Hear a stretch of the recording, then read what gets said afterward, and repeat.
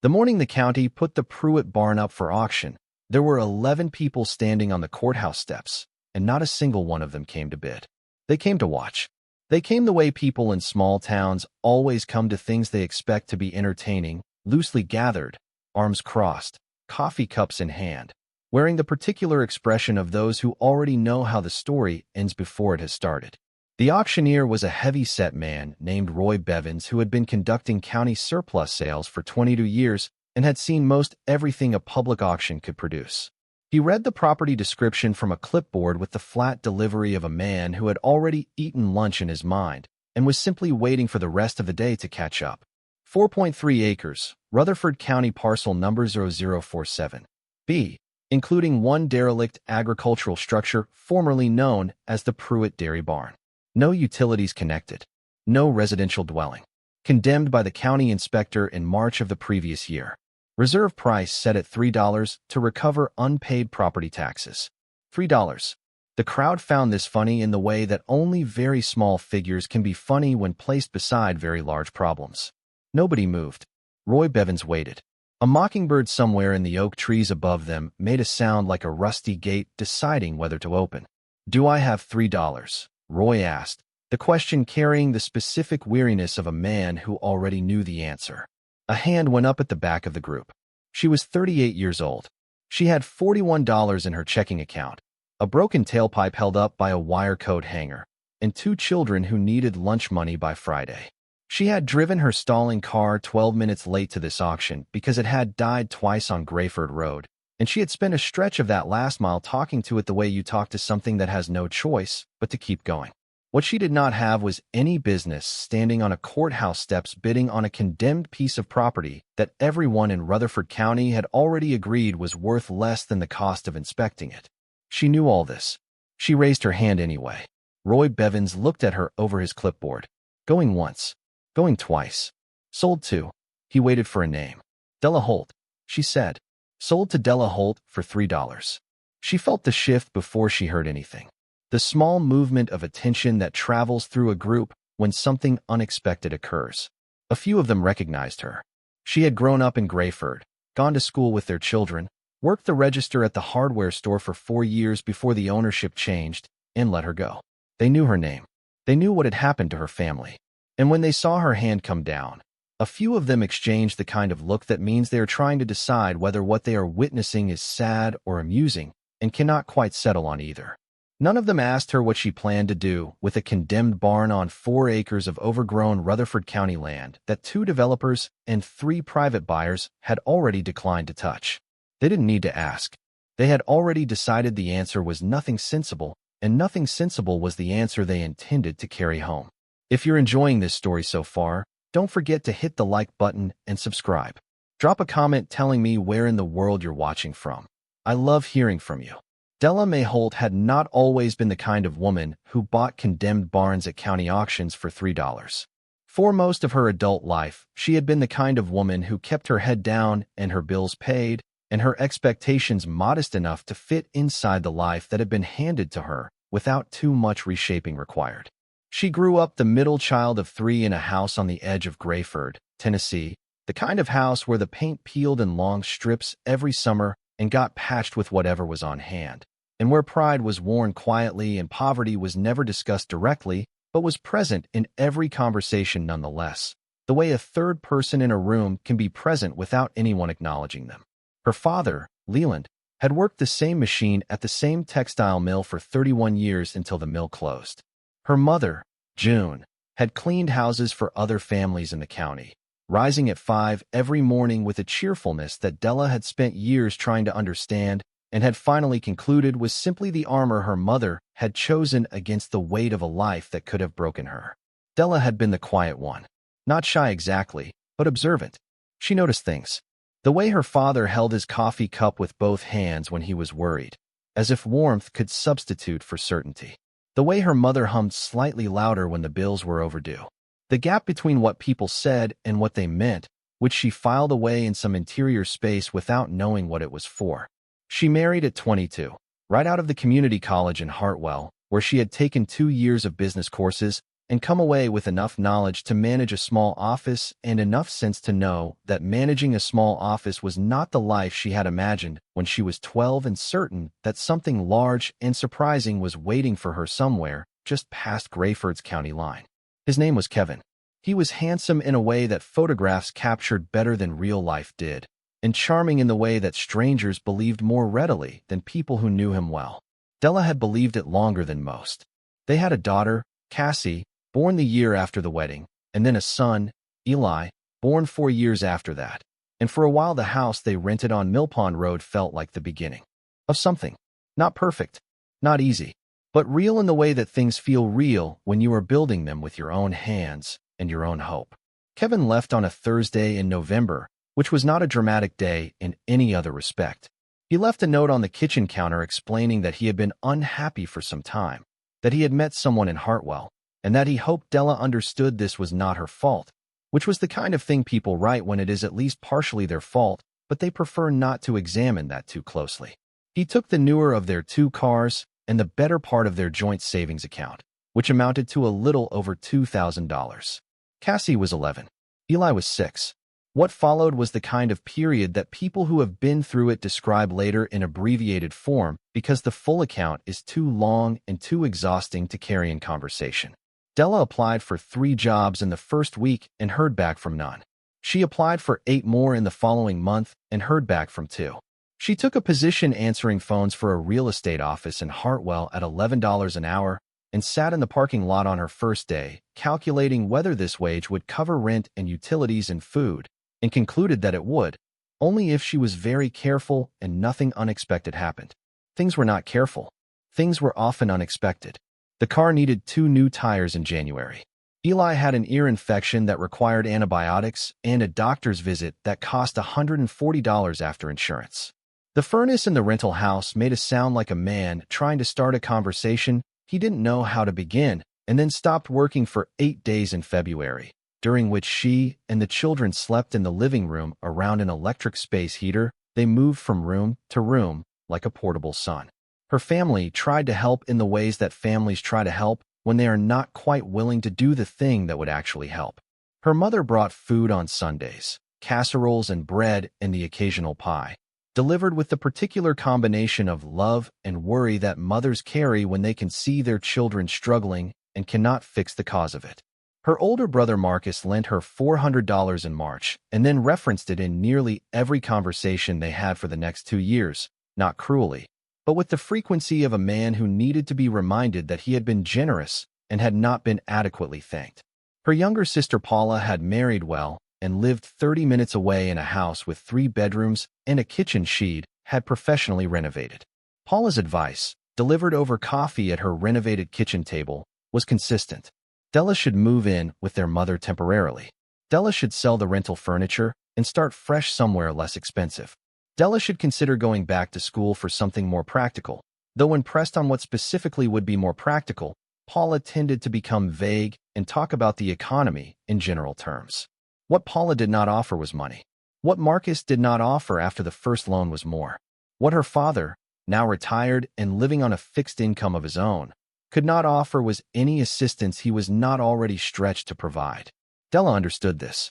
She understood that her family loved her in the way people love each other when love is real but resources are limited, and that love of that kind has certain natural limits that cannot be moved simply by wanting them gone. She managed. Not gracefully, not without cost, but she managed.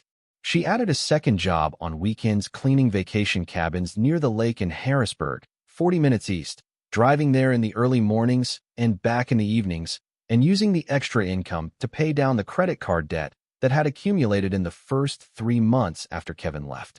She learned to stretch grocery money in ways she had never needed to think about before.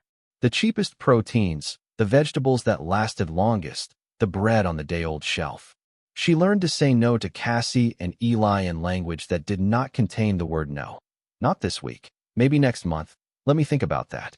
Cassie, who had her mother's gift for noticing things without announcing them, began helping around the house in ways that 13-year-olds are not supposed to have to help. She made Eli's breakfast before school when Della was running late. She kept track of which bills were due and in what order, having found the legal pad where Della tracked this and memorized its contents without being asked. She was 14 now, with the composure of someone twice her age. This was both a gift and a wound that Della carried quietly. Eli was 9 and still young enough to accept the shape of his life without fully understanding that it was a difficult shape. He loved dinosaurs and building things from whatever he found in the garage and asking questions about how things worked that were sometimes genuinely hard to answer. He had his father's face, which was a complicated thing to look at some mornings, and his grandmother June's cheerfulness, which was the least complicated thing about any given day.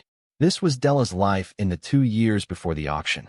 Not a life without warmth or love or moments that mattered, but a life pared down to its essential pieces, with very little margin for anything unexpected. Which made what she did on a Tuesday in early April, raising her hand for a rusted barn on 4 acres of overgrown land, seem either very foolish or very brave, depending entirely on who was doing the telling. She had driven past it for years. On the way to the vacation cabins she cleaned, and on the way back, in the early dark of autumn mornings and the gray light of winter evenings. Something about it pulled her attention each time, a pull she had learned to recognize without being able to fully explain. Not the barn's beauty, because it was not beautiful in any conventional sense. The rusted metal of its roof had bled orange streaks down the weathered wood of its upper walls. The doors on the eastern side had come off their tracks at some point and leaned at angles suggesting they were tired of standing. Briars and ragweed had claimed the ground around the foundation to a height of 4 feet in places. It looked like a structure that had been left behind rather than abandoned. There was a distinction, in Della's mind, between those two things. She had been reading, in the evenings after the children were in bed, about people who had restored old agricultural buildings. People who had turned old barns into event spaces, into workshops, into small production operations for things made locally, and sold to people who wanted things made that way. She had read about people who had started from almost nothing and built something that sustained them, and she had read these accounts with the focused attention of a woman looking for evidence that such things were possible. She did not know if she could do any of it. She knew only that she had driven past that rusted roof 100 times and felt, in the center of her chest, the particular pull of something overlooked by everyone except her. $3 was not a risk she could not absorb. $41 minus 3 was $38, and $38 plus a barn plus 4 acres was more than she had started with that morning. The Pruitt barn had been standing on the edge of Grayford since sometime in the early 1920s, built during the years when the Harmon family ran a small dairy operation on the land. The Harmons were solid, practical people who built things to last because they could not afford to build them twice, and they had done exactly that. Heavy timber framing from white oak and tulip poplar, wide plank floors milled from trees that no longer existed in the county at useful sizes, a stone foundation laid in courses with a lime-based mortar that had outlasted the people who mixed it. The Harmons sold in 1953. They were tired, and their son had no interest in carrying a life that had worn his parents down before they were old. They took a fair price from a man named Earl Pruitt and left for somewhere flatter and warmer and did not look back. Earl Pruitt did not run a dairy. He did not, as far as anyone in Grayford could determine over the 50 years that followed, run much of anything in particular. He was a solitary man of indeterminate occupation who paid his property taxes without ceremony and appeared in town with the regularity of someone who needed supplies but preferred not to need people. He drove an old truck. He wore the same type of clothing in every season, heavy canvas and work boots, as though he had settled early on a single solution to the problem of getting dressed and saw no reason to revisit it. He was not unfriendly. He simply was not available in the way that people who want to know their neighbors are available. He was known, in the vague way that such men are known, as a collector. What he collected, specifically, nobody was quite certain. Books, some said. Tools and old equipment, said others, pointing to the occasional glimpse of items being carried into the barn from his truck. One man who had helped him with a fence line in 1974 said he had seen paintings inside the barn, but this account had never been verified and was generally treated as the kind of detail that improves in the telling. Earl Pruitt died in 2019 at the age of 91. He had no known children and no identified heirs. or at least none who made themselves known when the county began the legal process of settling the estate. The small house on the property was in poor enough condition that demolition was recommended. The barn itself was larger, but its roof had been failing for years, letting weather in with a slow patience that had done real damage to the upper level. The county inspector declared it unsafe. The listing noted this prominently, in bold, twice. 3 separate developers looked at the land. All 3 determined that the cost of clearing the structures and remediating the site exceeded the value of the acreage.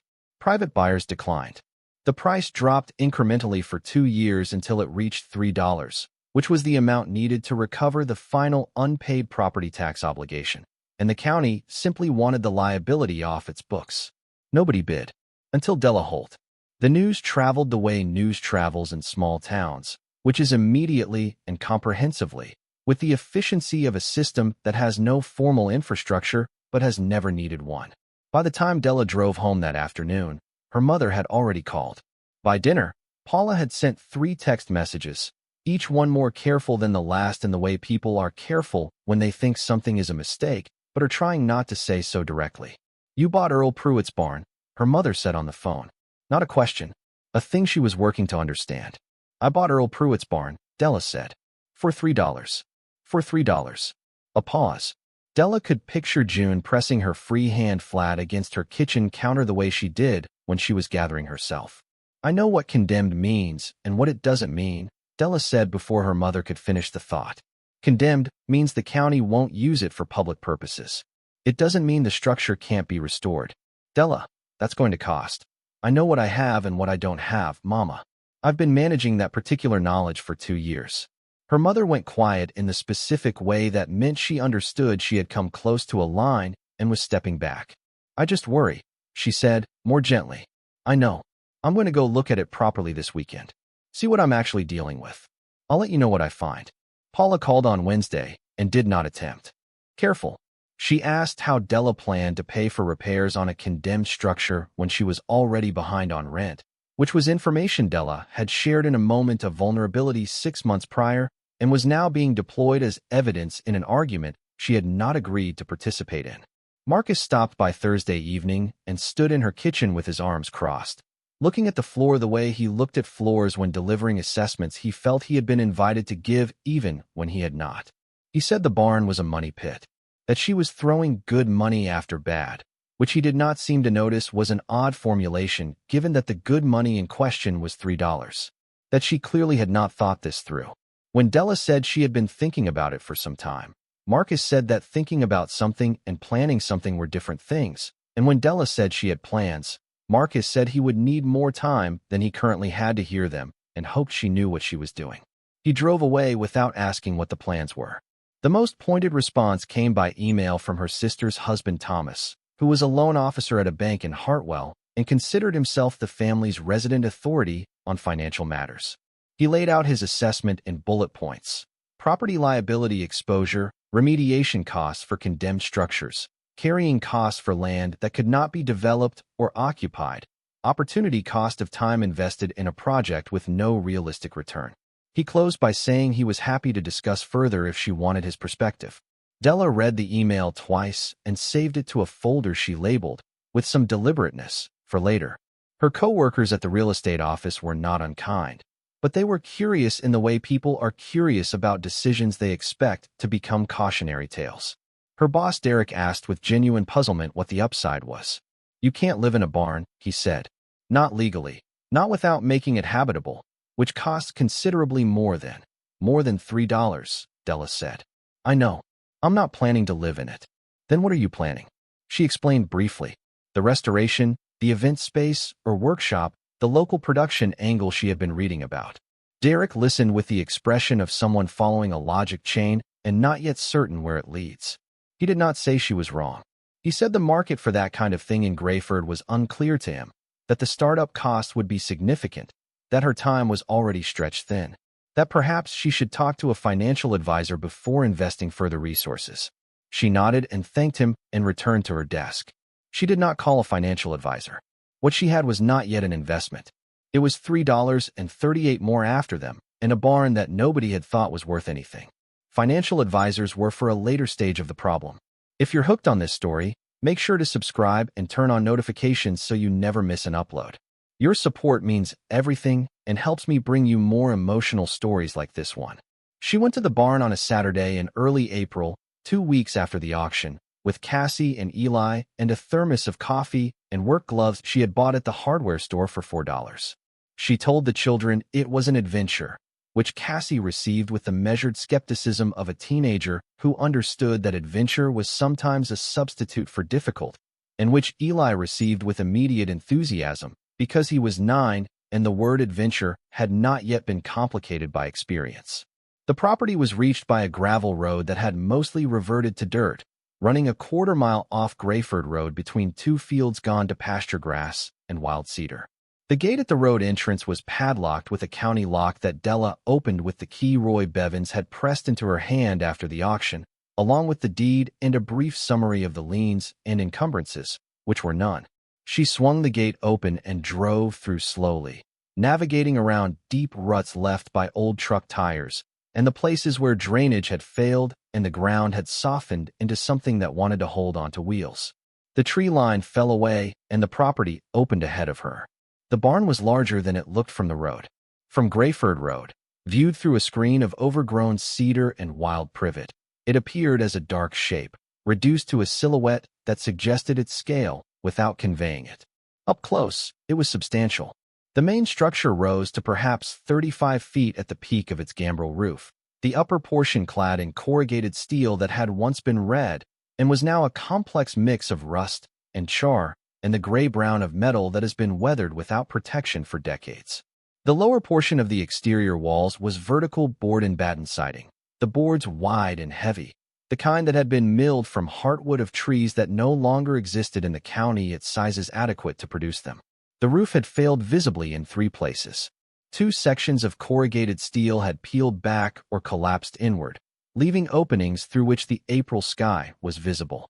A 3rd section on the eastern slope had been covered at some point with a sheet of polyethylene, long since UV degraded to a fragile opacity that shifted in the wind like something barely alive. The foundation was field stone, laid in courses with a mortar that had mostly held, its lines visible beneath the briars colonizing the perimeter. The main barn doors on the southern face, 2 tall wooden doors hung on a track system, sat partially open, one door leaning at a slight angle where its weight had bent the track over years. Through the gap, darkness and the faint smell of old wood. Cassie stood beside her mother and looked at all of this without speaking for a moment. Then, she said, in the voice she had developed for occasions when she wanted to express concern without sounding like a parent, exactly how condemned are we talking? Condemned enough that I signed a waiver to take the key, Della said. But the foundation is stone, and it's been here for 100 years without failing. The lower walls look sound. The roof is the real problem. The roof looks like the real problem, Cassie said. Eli had already crossed the overgrown ground to the barn doors and was peering through the gap with his hands cupped around his face. Mom, he said, there's a whole wooden floor in here. It's a real floor. Della pushed through the briars to reach the door and pulled it open another 2 feet, the rollers on the track grinding and complaining, until the gap was wide enough to walk through. She stepped inside. The interior smelled of old wood and settled dust, and something she could not immediately name. A mineral quality, almost metallic, not unpleasant. The smell of a place that has been closed for a very long time and has kept its own company in the dark. Light entered from above, from the 3 roof openings, falling in slanted columns through which dust moved with the slow deliberateness of things with nowhere urgent to be. More light came from the southern gap, where the doors stood open, and from 2 windows on the western wall that had lost their glass and been stuffed with burlap, now dried stiff as cardboard. The main floor was large. She had not expected it to be this large. The space opened before her, 60 feet in length she estimated, perhaps 40 in width, with the heavy timber frame of the original structure visible overhead. The main beams were hewn from what she thought was white oak, their surfaces textured with the marks of adze and drawknife, the tools of men who had shaped timber by hand a century before. Some of these beams had darkened with age to the color of strong coffee. Others had weathered toward gray, where moisture had reached them through the failed roof above. But they were there. The structure was not the ruin she had feared. The upper level, the hayloft, occupied roughly half the footprint and was accessed by a ladder built into the northern wall. Above, through the gap in the ceiling the loft's floor created, she could see the underside of the roof deck where the 3 failed sections let weather in, the boards behind them dark and softened with years of water. Real damage. Damage that would need real money she did not yet have. But the lower floor. The lower floor was something she had not expected. She had expected dirt. Or if not dirt, then concrete, the utilitarian pour that dairy operations favored for its cleanability. Instead, the floor was wide plank oak, the planks 2 feet across in places, their surfaces worn smooth by decades of use, and then preserved, strangely, by the barn's long closure. Dust had settled thick and even over everything. Old equipment sat against the northern wall. Rusted stanchions from the dairy era, a hand pump for a water line long disconnected, several large wooden crates stacked 2 and 3 high, a canvas tarp covering something bulky and rectangular in the far corner. Eli had already crossed to the tarp and was reaching for it when Della caught him. "Hold on. We don't know what's under that. Could be treasure," he said, with the full confidence of someone for whom this remained a live possibility. "Could be an old piece of equipment that falls on you." She lifted the edge of the tarp herself, carefully, peeling it back to reveal a hand-crank grain separator, its iron parts rusted to a uniform orange, its wooden hopper cracked along the seams. Not treasure. Equipment. Old equipment. And something in Della noted this without knowing precisely why, the way you note things that belong to a picture whose meaning you haven't yet understood. Cassie was walking the length of the floor, running her gloved hand along the lower edge of the wall, inspecting the place where wall met floor the way someone who had been reading renovation guides at her mother's elbow might do. She had, in fact, been reading renovation guides at her mother's elbow.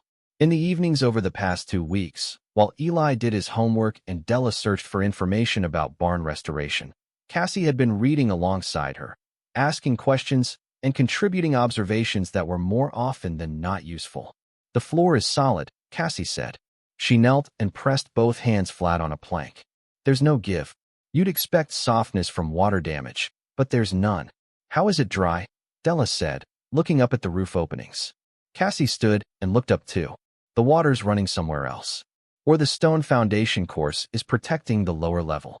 She walked to the nearest wall and examined the base. "See how high the stone runs on the interior?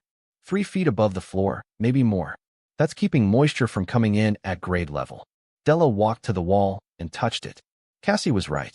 The lower portion of the interior wall was in better condition than the exterior suggested any part of this structure should be. The boards were dry. The chinking between them held in most places. The stone foundation course was solid, the mortar behind it looking younger than the structure itself. Applied more recently. Someone had worked on this wall. Someone had been inside this barn, at some point, and done deliberate work on the interior without doing anything visible to the exterior. She stood with this thought for a moment. Then she began walking the full perimeter, slowly. Floor, walls, the junction between them. The stanchions. The crates. She stopped at the crates and tried to move the bottom one, and found it considerably heavier than old wood should have been. She tried again, this time sliding it a few inches, and something shifted inside it with a dense, settled sound, not a rolling sound, not a liquid sound. The sound of weight, distributing itself. She left the crates where they were and continued toward the northern end of the barn. Behind the stacked crates, the wall did something unexpected. It stepped back about 8 inches from its anticipated line. She pushed the last crate aside enough to expose the full wall section behind it, and what she saw made her stop moving. The boards here were different.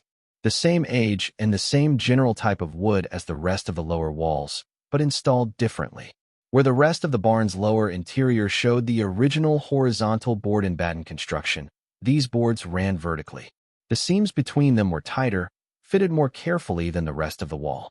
And where this wall section met the floor, the junction was not merely fitted but sealed with something dark and dry that had been applied with deliberate care, filling every gap. She pressed her palm flat against the boards. They did not flex. They did not give even slightly.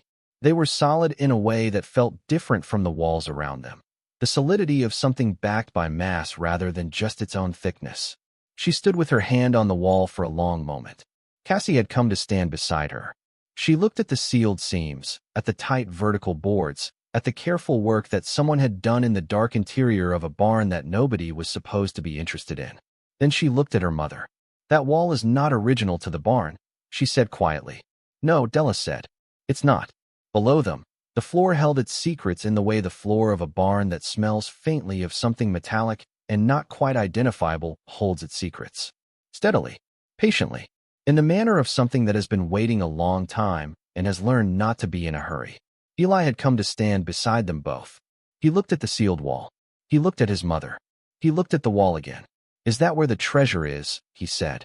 And neither Della nor Cassie answered him, because neither of them could say no with the certainty the word required, and neither of them was willing yet to say the other thing. Outside, the April wind moved through the overgrown cedars and the briars and the long-eared grass of the property that everyone in Rutherford County had agreed was worth exactly $3.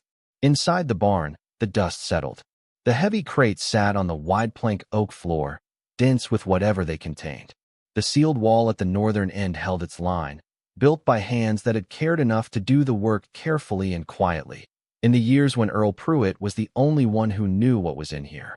Della Holt stood in the barn she had bought for $3, and her $41 were still in her checking account, and her car still had a coat hanger holding up its tailpipe, and her family had already decided she had made a mistake, and she looked at the sealed wall and understood, with the quiet certainty of a woman who had been noticing things her whole life and had finally found something worth noticing, that whatever Earl Pruitt had been doing out here alone for 50 years, he had not been doing nothing. She just didn't know yet what he had been doing. She did not yet know that the answer to that question was going to change everything. She did not sleep well that night, or the night after. She lay in the dark of the bedroom on Millpond Road listening to the house settle around her and thinking about the wall. The way the boards ran vertical where every other board in that barn ran horizontal. The way the junction with the floor had been sealed. The way the crates in front of it were too heavy for what they appeared to contain. The way the whole northern end of the barn smelled faintly of something that was not just old wood and closed air, something mineral and cool that she had not been able to name. She thought about Earl Pruitt driving that old truck into town for supplies and saying as little as possible before driving back. 50 years of that. 50 years of a man returning to a property with a deteriorating exterior and a carefully maintained interior, and nobody thinking much about it, because everyone had already decided what kind of man he was and felt no need to revisit the question. She was very familiar with that particular experience. On Sunday, she went back alone. The children were at her mother's house for the afternoon, and she told June she needed to do some measuring, which was true in a partial way. She also needed to think, and thinking was easier when she was standing inside a problem rather than outside it. She brought a pry bar, a flashlight, a notepad, and a camera she had borrowed from a neighbor under the pretext of wanting to document the barn's condition for insurance purposes, which was not entirely false. She spent the first 40 minutes walking every inch of the lower floor with the flashlight, moving systematically from the southern doors toward the northern wall, running the beams slowly across the wide plank oak. The floor was in better condition than she had any right to expect. Some boards showed surface weathering near the roof opening areas where rain had entered directly over the years, but the majority of the floor was sound, the planks tight at their edges, the pegs that held them in place still seated firmly in their holes. She tapped the floor with her boot heel as she went, listening to the sound it made. Near the center of the barn the sound was consistent. Solid ground beneath old wood, the expected answer. Near the northern wall, behind where the crates had been sitting, the sound changed. She tapped again, moved her foot 6 inches. Tapped again. There was a hollowness to it, not the slight give of a plank with air beneath it from an imperfect subfloor, but a real hollowness, a depth to the sound that suggested something substantial below. She knelt and pressed her ear closer to the floor and tapped with her knuckle, the way a doctor taps a chest to hear what's inside, and the sound confirmed what her boot had suggested. There was a space beneath this floor. She stood up and looked at the sealed wall section. She looked at the floor in front of it. Then she looked at the seam where the sealed wall met the floor, that careful dark seal she had noticed the day before, and she understood that the seal was not just keeping something in the wall. It was keeping something beneath the floor. She took photographs of everything. The wall, the floor, the seam, the crates. She took photographs from multiple angles and in multiple lighting conditions, flashlight, and the ambient light from the open doors, and the two positions alternated. She wrote measurements in her notepad. She sketched the layout of the northern end of the barn, noting the position of the wall step, the crate positions, the extent of the hollow floor sound. Then she sat down on the floor in the dust with her back against a structural post and looked at the sealed wall for a long time. Earl Pruitt had bought this property in 1953. That was 66 years before he died. He had been, according to the thin public record she had found, born in 1928 in a small town in Western Virginia. He had no military service record that she could locate, which was notable for a man born in 1928, the age that produced the bulk of the Second World War's enlisted men. She had not yet figured out what that absence meant. He had paid taxes in Rutherford County without interruption from 1953 until his death. He had appeared in the local newspaper exactly twice in that time. Once in 1961 as a bystander mentioned in an account of a county fair, and once in 1987 when his name appeared on a petition regarding a road maintenance matter. That was the public record of Earl Pruitt. 66 years in one place and barely a shadow of it left behind. She drove to the Rutherford County Library on Monday on her lunch break and asked the reference librarian, a small, precise woman named Mrs. Aldridge who had worked there for 30 years and remembered everything, whether there was anything in the local archives about Earl Pruitt. Mrs. Aldridge typed the name into her system, waited, typed again, peered at the screen. Then she said that there was a property transaction from 1953, which Della already knew about, and an obituary from 2019. She printed the obituary. It was 4 sentences. It listed Pruitt's birth year and place. It noted his death at age 91. It mentioned that he had lived on his Grayford property for 66 years. It said that services would be private. It did not mention a profession. It did not mention survivors. It did not mention anything that a person who had lived for 91 years in the world had done with those years that anyone thought worth recording. Della folded the obituary and put it in her coat pocket. She thanked Mrs. Aldridge and went back to her car and sat in the library parking lot with the engine running and thought about an obituary that says nothing. About what it means when a man has arranged his life so thoroughly around privacy that even the notice of his death contains no information. About whether that kind of silence is the silence of a man with nothing or the silence of a man with something he had decided to keep. She thought about the sealed wall, about the hollow floor. She went back to the hardware store that evening and bought a stethoscope, not a medical one, a mechanic's model designed for listening to engine block sounds and plumbing noises through walls, for $11 from the plumbing section. The man at the register looked at her purchase with mild curiosity, and she told him she had a leak she was trying to locate, which was plausible enough that he accepted it without further questions. On Wednesday evening after work, she drove back out to the barn alone. She pressed the stethoscope against the sealed wall at various heights and listened. At floor level, nothing notable. At 3 feet up, nothing. At 5 feet, she heard something that made her go very still with the earpieces pressed hard against her head. A sound, faint but regular. That was not the sound of her own heartbeat and not the sound of wind finding a gap in the old boards. A sound like air moving through a small passage. A slow, steady, almost rhythmic exchange, too subtle to be a gap in the wall, too consistent to be random. The sound of ventilation. Planned ventilation, built into the sealed section the way a cellar has a vent to prevent moisture accumulation, the way any enclosed space intended to hold something for a long period of time would need to breathe. Whatever was behind this wall had been built to last. She spent the next 3 weeks doing 2 things simultaneously. During the days, she worked her jobs and looked after her children and managed the machinery of survival with the practiced efficiency she had developed out of necessity. In the evenings and on weekends, she researched. She researched the history of the Pruitt property and what county records she could access, finding deeds and tax records and one building permit from 1961 for unspecified interior work, signed by a contractor whose name she could not trace and whose address was listed as a post office box in Nashville that no longer existed. She researched Earl Pruitt's name in newspaper archives from Virginia, from Tennessee, from the years between his birth and his arrival in Grayford, and she found almost nothing, which she had begun to understand was itself a kind of information. And she researched sealed underground spaces in old agricultural structures. The history of concealment in rural America.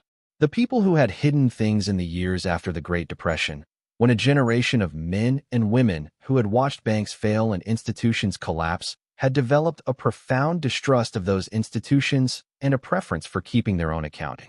The people who had sealed valuables in root cellars and barn floors and false walls with a thoroughness that their children and grandchildren sometimes did not discover until generations later. The newspaper accounts of those discoveries, which were more common than she had imagined. A family in rural Ohio in 2018 finding 300 gold coins in a crawl space. A demolition crew in Nebraska in 2014 uncovering a sealed room containing Depression-era currency and stock certificates. A barn restoration in upstate New York in 2011. An auction house in Harrisburg called in to assess what a family had found beneath the original flooring. She read every one of these accounts carefully, and then she sat with what they had in common, which was this.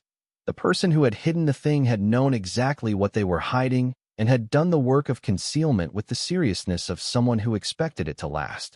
The 1961 building permit. Interior work.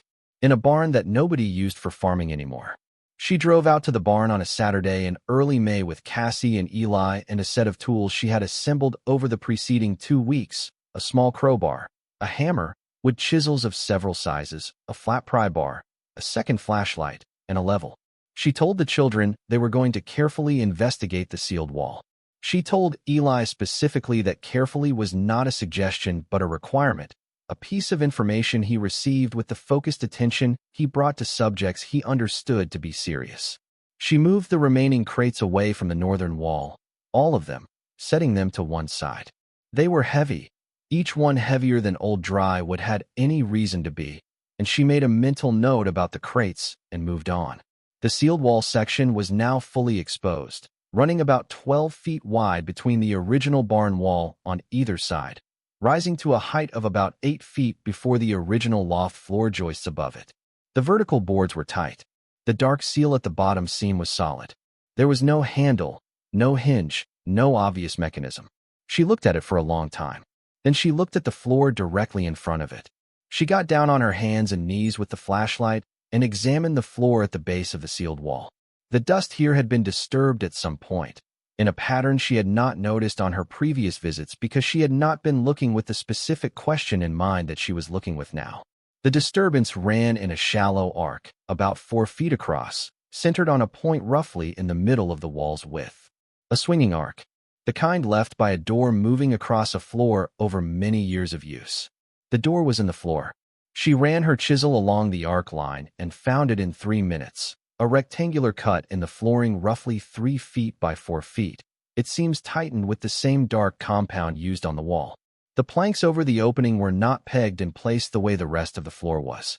They were set into a frame with a recessed iron ring on one side that she found by feel because the ring had been set below the plank surface and plugged with the dark compound that, she now realized, was not mortar but wax.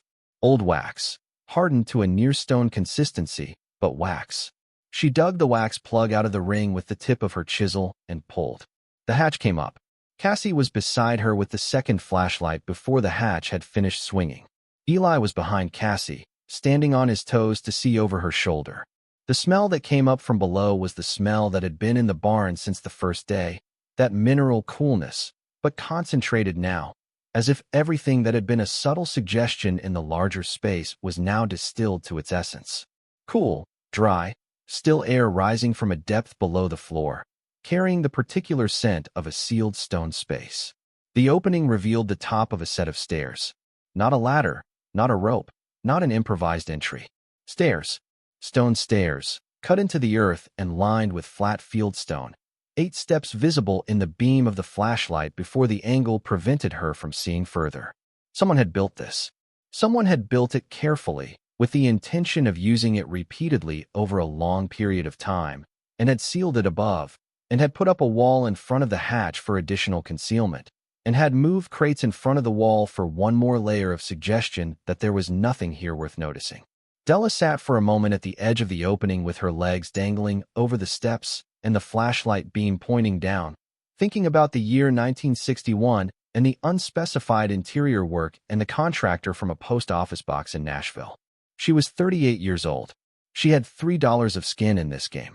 She had $41 minus $3 in her checking account, which had since recovered slightly, but not dramatically. She had a family that had decided she had made a mistake and a town that had watched her raise her hand at that auction with the knowing expression of people who intended to say "I told you so." She descended the stairs. If you're hooked on this story, make sure to subscribe and turn on notifications so you never miss an upload.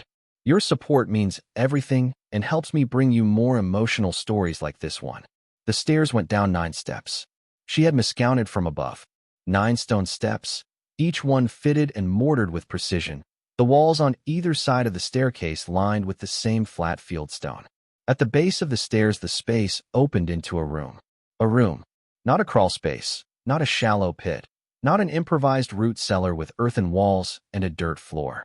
A room with mortared stone walls, a poured concrete floor that had been finished smooth, and a ceiling of concrete above stone and timber framing that supported the barn floor above.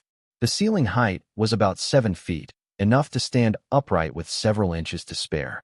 The room ran, she estimated with the flashlight sweeping its perimeter, approximately 25 feet in one direction and 15 in the other. It was dry. After the decay and weather damage and general deterioration of everything above ground, the room below was dry. She could feel it on her skin the moment she reached the base of the stairs, the particular absence of humidity that means a sealed space has been successfully protected from moisture for a very long time. The concrete floor showed no water staining. The stone walls showed no efflorescence, that white mineral bloom that appears when water repeatedly moves through masonry and evaporates. The air was cool and very still. Cassie was on the stairs behind her, the second flashlight beam joining hers. Eli had been stationed at the hatch above with specific instructions to stay there and shout if anything happened, a role he had accepted with the gravity of a boy who understood he was being trusted with something real. Della moved the beam of the flashlight slowly around the room. The room was not empty. Along the left wall, the longest wall, wooden shelving had been built from floor to ceiling, the shelves made of solid 2x12 planks, the construction heavy and deliberate. On these shelves sat boxes. Wooden boxes of various sizes, each one sealed with the same dark wax compound she had dug out of the floor ring, each one fitted with a small metal plate on its face. She crossed to the nearest shelf and brought the flashlight close to the metal plate. The plate was engraved. She had to tip the flashlight at an angle to read the engraving clearly in the reflected light. The first line was a series of numbers. A date, she realized, and a lot number.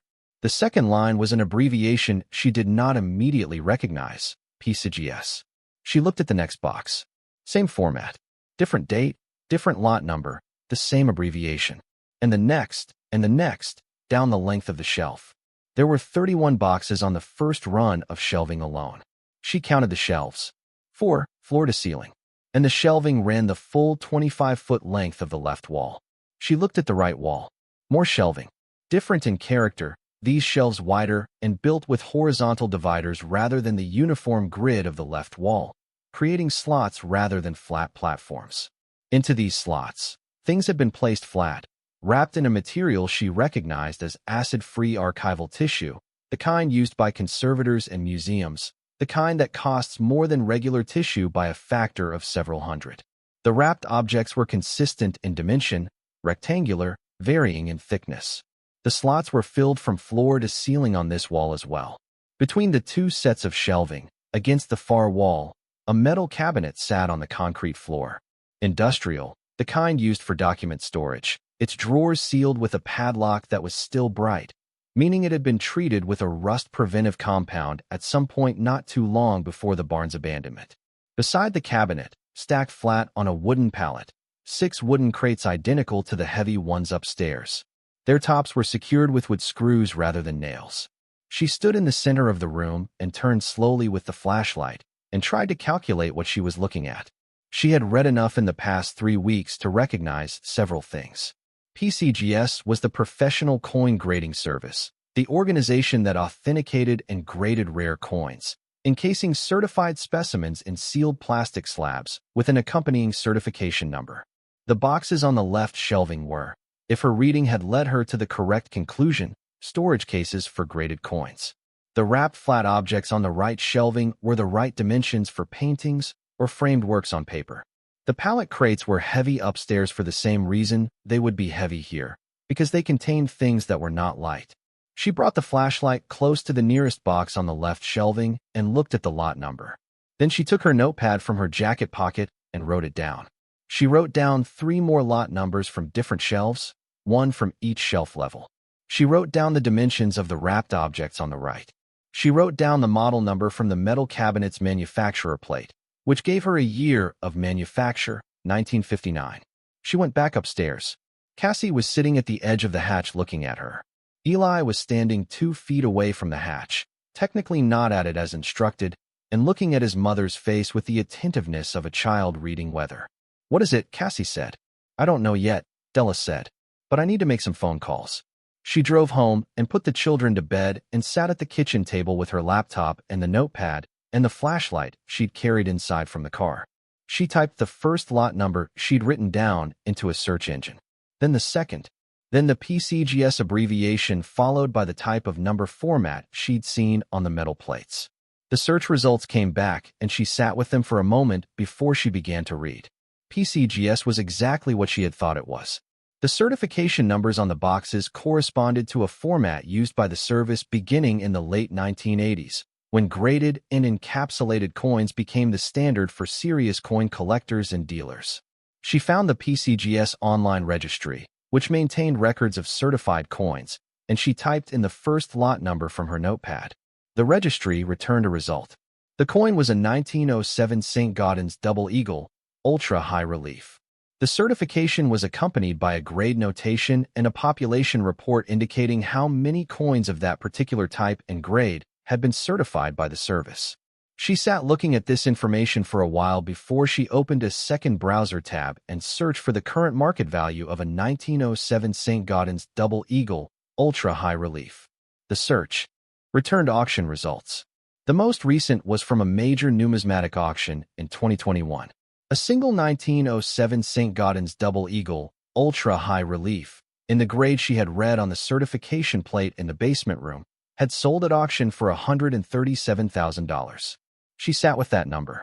She looked at it on the screen, and then she looked at her notepad and she thought about the 31 boxes on the first run of shelving alone, and the 4 runs of shelving total, and the full 25-foot length of the left wall. She typed in the second lot number, a 1933 Double Eagle, $20 gold coin, grade noted as mint state. She looked up the last public sale price for a 1933 Double Eagle and found that a specimen had sold in 2021 for $18,800,000, a world record for a single coin at auction. She got up from the table and walked to the kitchen sink and stood there holding the edge of it for a moment. Through the window above the sink, the dark backyard of the rental house on Mill Pond Road was quiet and still and exactly as ordinary as it had been every night for the past 2 years. She went back to the table.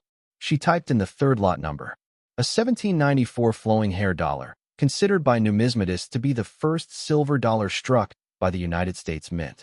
In 2013, a specimen had sold for $10,216,000. She sat there for a long time. Then she picked up her phone and she looked at the time, which was 11:47 in the evening, and she put the phone back down on the table. She was not going to call anyone at 11:47 in the evening. She was going to go to bed, and she was going to try to sleep, and in the morning she was going to think very carefully about what she knew and what she did not know and what the correct next step was. She did not sleep. In the morning she called her boss at the real estate office and said she needed to take a personal day, which Derek granted without much question because she had not taken a personal day in the 2 years she had worked there. She dropped the children at school.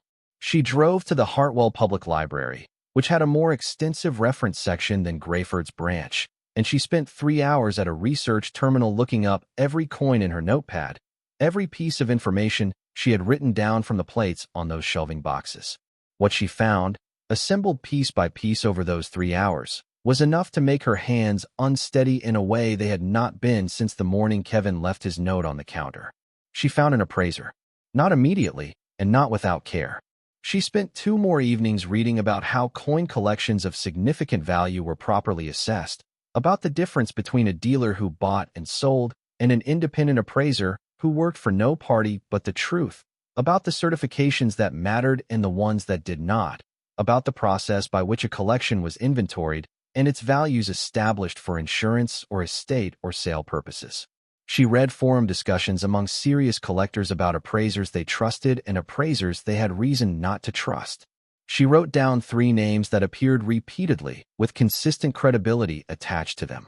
The first name on her list was a woman named Dr. Miriam Salt, who held a position at a numismatic studies program at Vanderbilt University in Nashville and did independent appraisal work for estates and institutions. She had published research on pre-1933 American gold coins that was cited in the field with the regularity of work that has been found reliable over time. Nashville was 3 hours from Grayford. Della found her faculty email address on the university website and wrote to her on a Tuesday evening at 9 o'clock, choosing her words with the care of a person who understood that how you say something determines whether anyone listens. She introduced herself. She described what she had found in general terms without providing the certification numbers, explaining that she had acquired a property containing what appeared to be a significant coin collection in a sealed underground storage room, and that she needed an independent appraisal to understand what she was dealing with. She mentioned that she had found PCGS-certified coins, which she had learned was specific enough to convey seriousness without disclosing anything she was not prepared to disclose. She asked if Dr. Salt did private estate appraisals and what her process involved. She sent the email and then sat at the kitchen table and listened to the house settle around her and told herself she might not hear back at all, because people with academic positions and professional reputations did not necessarily respond to emails from strangers in rural Tennessee who had bought condemned barns for $3. Dr. Salt responded the following morning at 7:42. She asked 3 questions. What was the approximate number of items in the collection? What type of storage had the collection been in, and for how long? And had any of the items been removed from their certified encapsulation or otherwise disturbed? Della answered. The collection appeared to be large. She estimated several hundred certified coin cases plus a significant number of additional items she had not yet fully assessed. The storage appeared to be a sealed underground room with controlled humidity and temperature, in use since approximately 1961 based on the building permit date, and nothing had been touched or moved beyond her own examination of the certification plates. Dr. Salt replied within 2 hours. She said she would like to arrange a site visit at Della's earliest convenience.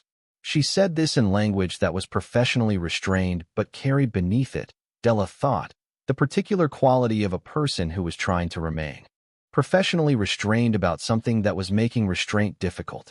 They settled on a Saturday 3 weeks out, which was as soon as Della could arrange childcare for the children and Dr. Salt could clear her schedule. In the intervening time, Della did not tell anyone, not her mother, not Cassie, who she asked simply to keep the barn discoveries between them for now, a request the girl honored with a seriousness that Della was grateful for. Not Marcus, not Paula, not Thomas with his bullet-pointed email still sitting in its folder. Not Derek at the real estate office.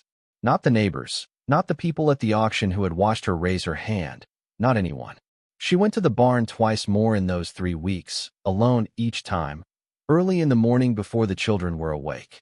She did not remove anything from the underground room. She did not open any of the sealed boxes.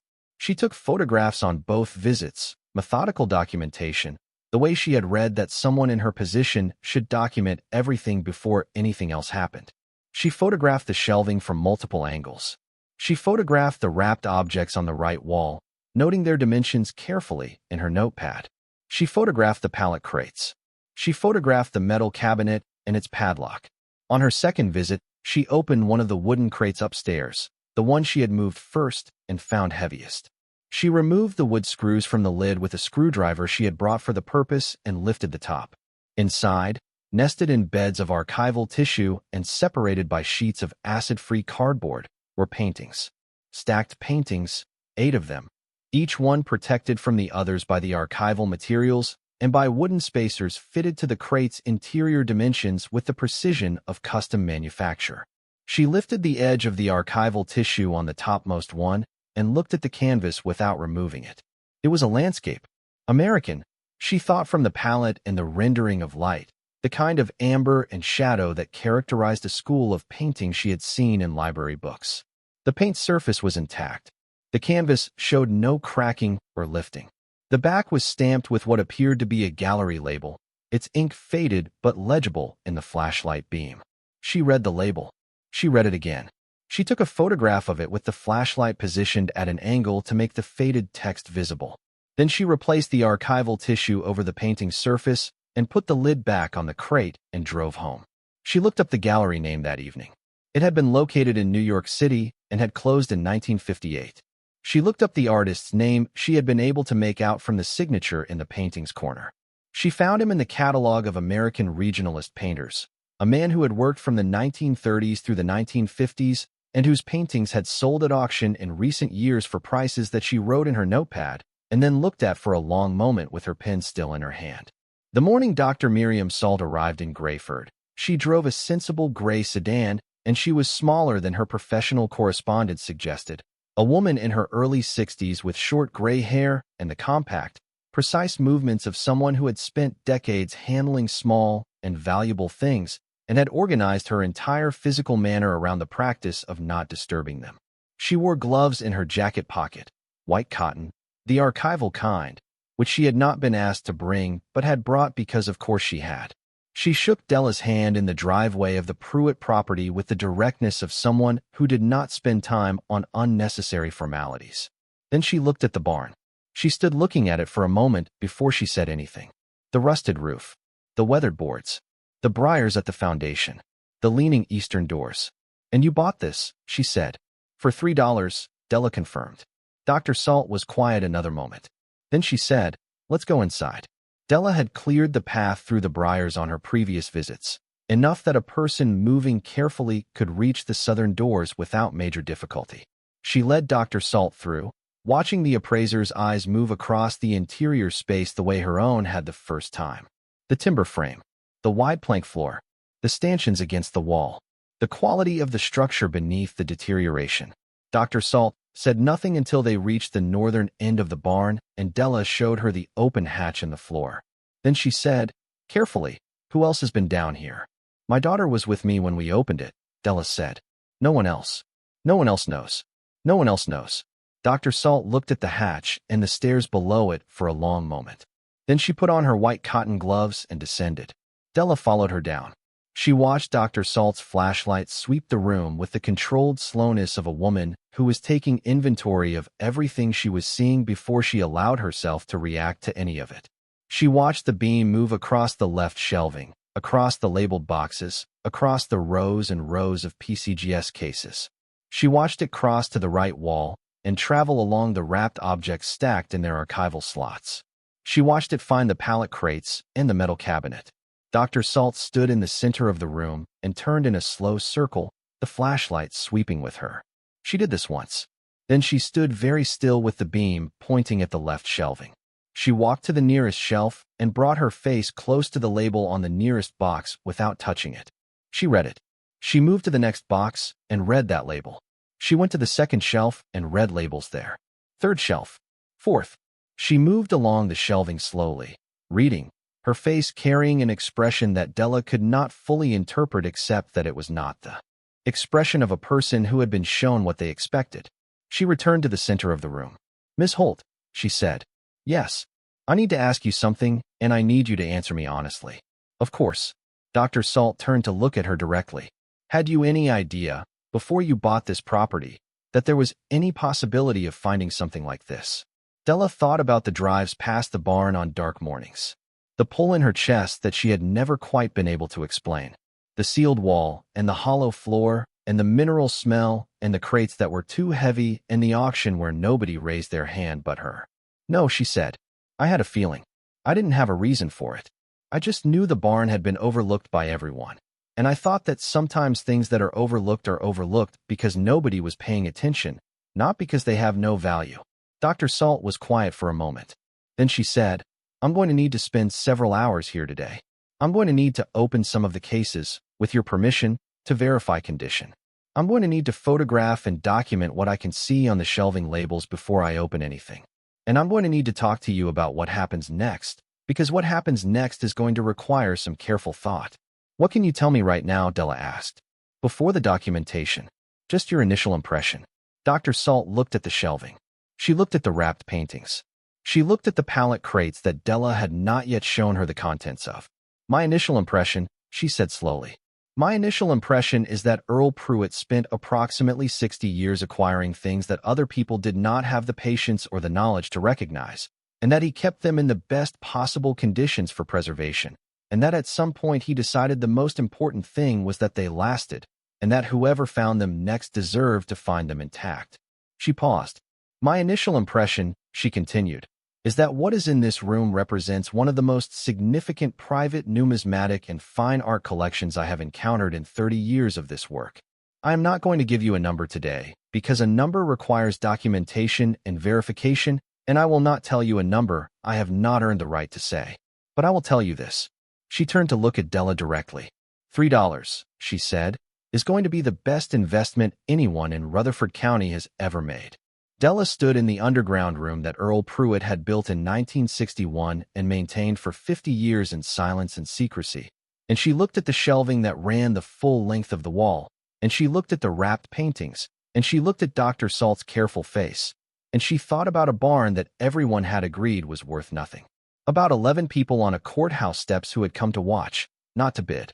About Kevin's note on the counter and Marcus's $400 and Thomas's bullet-pointed email still waiting in its folder.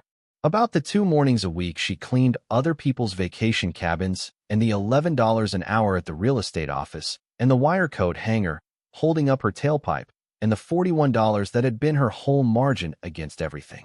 She thought about a 9-year-old boy asking if that's where the treasure is, and 2 people who had not been able to say no. It turned out the answer was yes. She just did not yet know how large a yes it was going to be. That was going to take several more hours and several more days, and a conversation with Dr. Salt that Della was going to need to sit down for. And before any of that could happen, she was going to have to think very carefully about who she told, and when, and in what order, because some information changes the shape of every relationship it touches, and Della Holt had spent 2 years learning exactly who in her life had shown up and who had not, and she was not going to rush the moment when that knowledge became relevant. She looked at the shelving one more time. Then she said to Dr. Salt, "Where do you want to start?"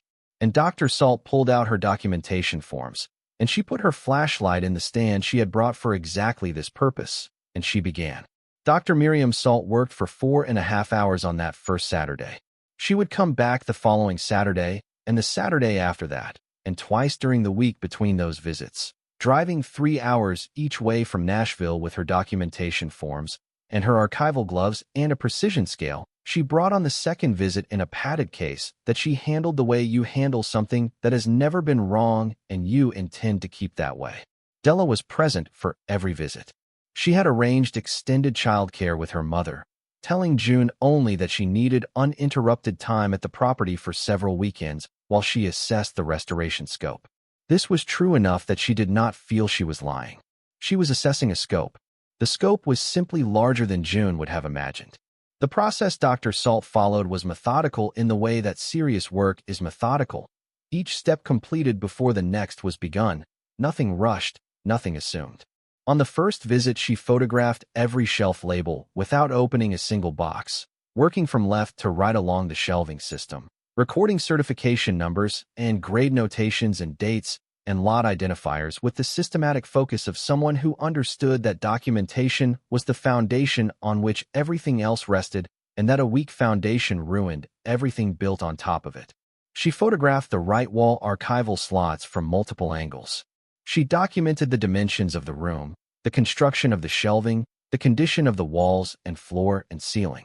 She took air quality and humidity readings with instruments she carried in a case beside the scale case.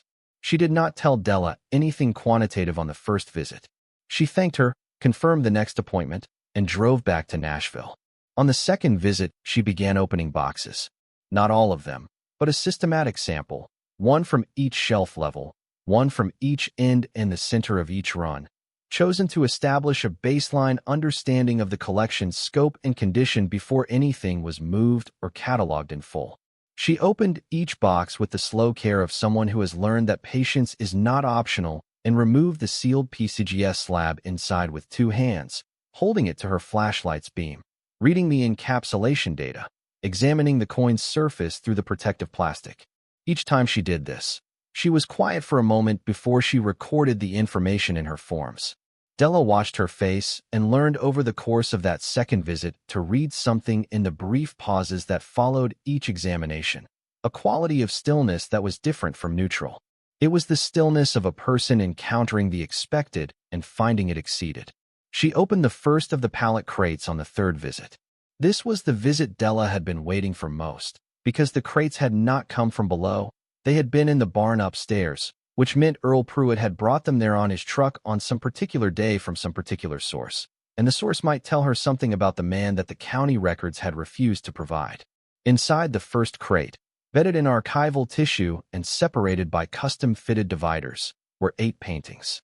Della had already seen the top one. Dr. Salt lifted each painting in turn with the two-handed reverence of someone who understood that what she was holding had survived because someone else had treated it exactly this carefully before her, and she examined each one under her portable work light, the canvas surface, the paint layer, the back of the stretcher bars, the gallery labels and stamps and pencil notations that had accumulated on the backs of the works over whatever years they had passed through before reaching this barn. After the third painting, she set it down and was quiet for longer than usual. "Dr. Salt," Della said. "Give me a moment," the appraiser said quietly. She finished examining the third painting and photographed its back. Then she wrote something in her forms and capped her pen and looked at Della. "This painting," she said, placing her gloved hand lightly near the edge of the canvas without touching the surface, was deaccessioned from a private collection in New York in 1951. I know this because I have read the catalog from that sale. It appeared in auction records and then disappeared from the public record, which is not unusual. Private buyers don't announce themselves. But the provenance stamp on the back of this stretcher bar is from a gallery that I know closed in 1958, which means this came off the market between 1951 and 1958. She paused. Earl Pruitt bought this property in 1953. Della said nothing. He bought things at the right time, Dr. Salt said. During and after the Depression, and into the early post-war years, there were extraordinary opportunities for a person with knowledge and patience and some access to capital. Estate sales, liquidations, collections that were being broken up because the original owner had died or run out of money or simply decided that what they had was a burden. A person who understood what they were looking at could acquire in those years at prices that would be unimaginable now. She looked at the painting. I think Earl Pruitt was that person. What did he do? Della asked. Before he came here. Before 1953. I don't know yet, Dr. Salt said. But I think it would be worth finding out. Della had been thinking the same thing for weeks. After the first visit, she had expanded her research. Not just newspapers and county records this time, but the kinds of records that required more specific searching. She had found a researcher, a retired archivist named Mr. Pendleton who operated a genealogical and historical research service out of Knoxville, and she had hired him for $200. Money she did not technically have to spare, but spent because she understood by then that the answer to who Earl Pruitt was mattered in a way that was not just curiosity. Mr. Pendleton had come back to her within 10 days with a file that filled in the silences of the public record in ways she had not anticipated. Earl Thomas Pruitt had been born in 1928 in Buchanan County, Virginia, the son of a coal company bookkeeper and his wife. He had attended school through the 11th grade, and then taken a position in 1945, at the age of 17, with a small auction house in Roanoke that handled estate sales throughout the western part of the state. He had worked there for 8 years, through 1953, the same year he purchased the Grayford property. The auction house records that Mr. Pendleton located showed that Earl Pruitt had conducted several hundred estate sales during those 8 years. He had handled the liquidations of households from across western Virginia, driving from property to property in a truck, cataloging, pricing, organizing, facilitating the dissolution of lives into lots and numbers. He had seen what families kept. He had seen what families did not know they had. He had watched people sell things for what they needed rather than what those things were worth. In the years when what people needed was immediate and what things were worth was abstract and distant and offered no comfort to someone who could not pay their electric bill. He had, it appeared, also bought some of what he saw. Not dishonestly.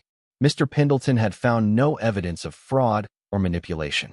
But a man who understood value, who spent 8 years cataloging the contents of houses from old Virginia families while the world was still recovering from a depression and a war, had been in a position to acquire with knowledge that the sellers often lacked. He had bought coins from estate boxes that went to auction as miscellaneous lots. He had bought paintings from estate sales where the family knew only that the paintings were old, not that old and American, and painted by someone whose reputation would grow considerably in the decades ahead. He had bought documents, correspondence, historical certificates, things that looked like paper and accumulated like paper, but carried histories that made them worth far more than their physical substance.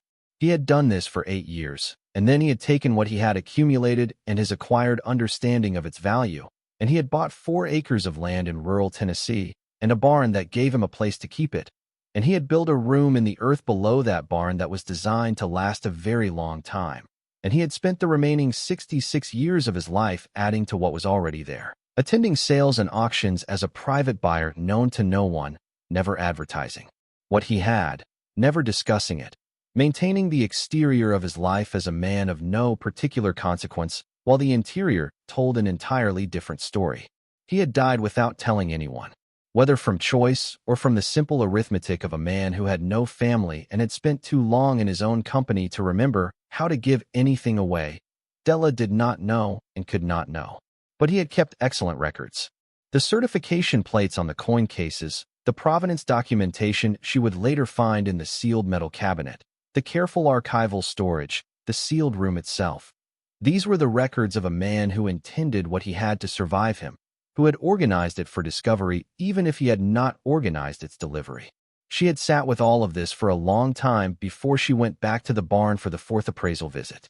On that visit, Dr. Salt finished her sample assessment of the coin collection, completed her examination of all 6 pallet crates, opened and documented the contents of the sealed metal cabinet, which contained provenance files for the paintings, authentication correspondence, original purchase receipts going back to 1946, and a handwritten inventory in Earl Pruitt's neat, small script that ran to 47 pages and listed every item in the collection with its acquisition date, acquisition price, and his own estimate of current value updated periodically in a different ink color. The most recent updates dated 2017, 2 years before his death.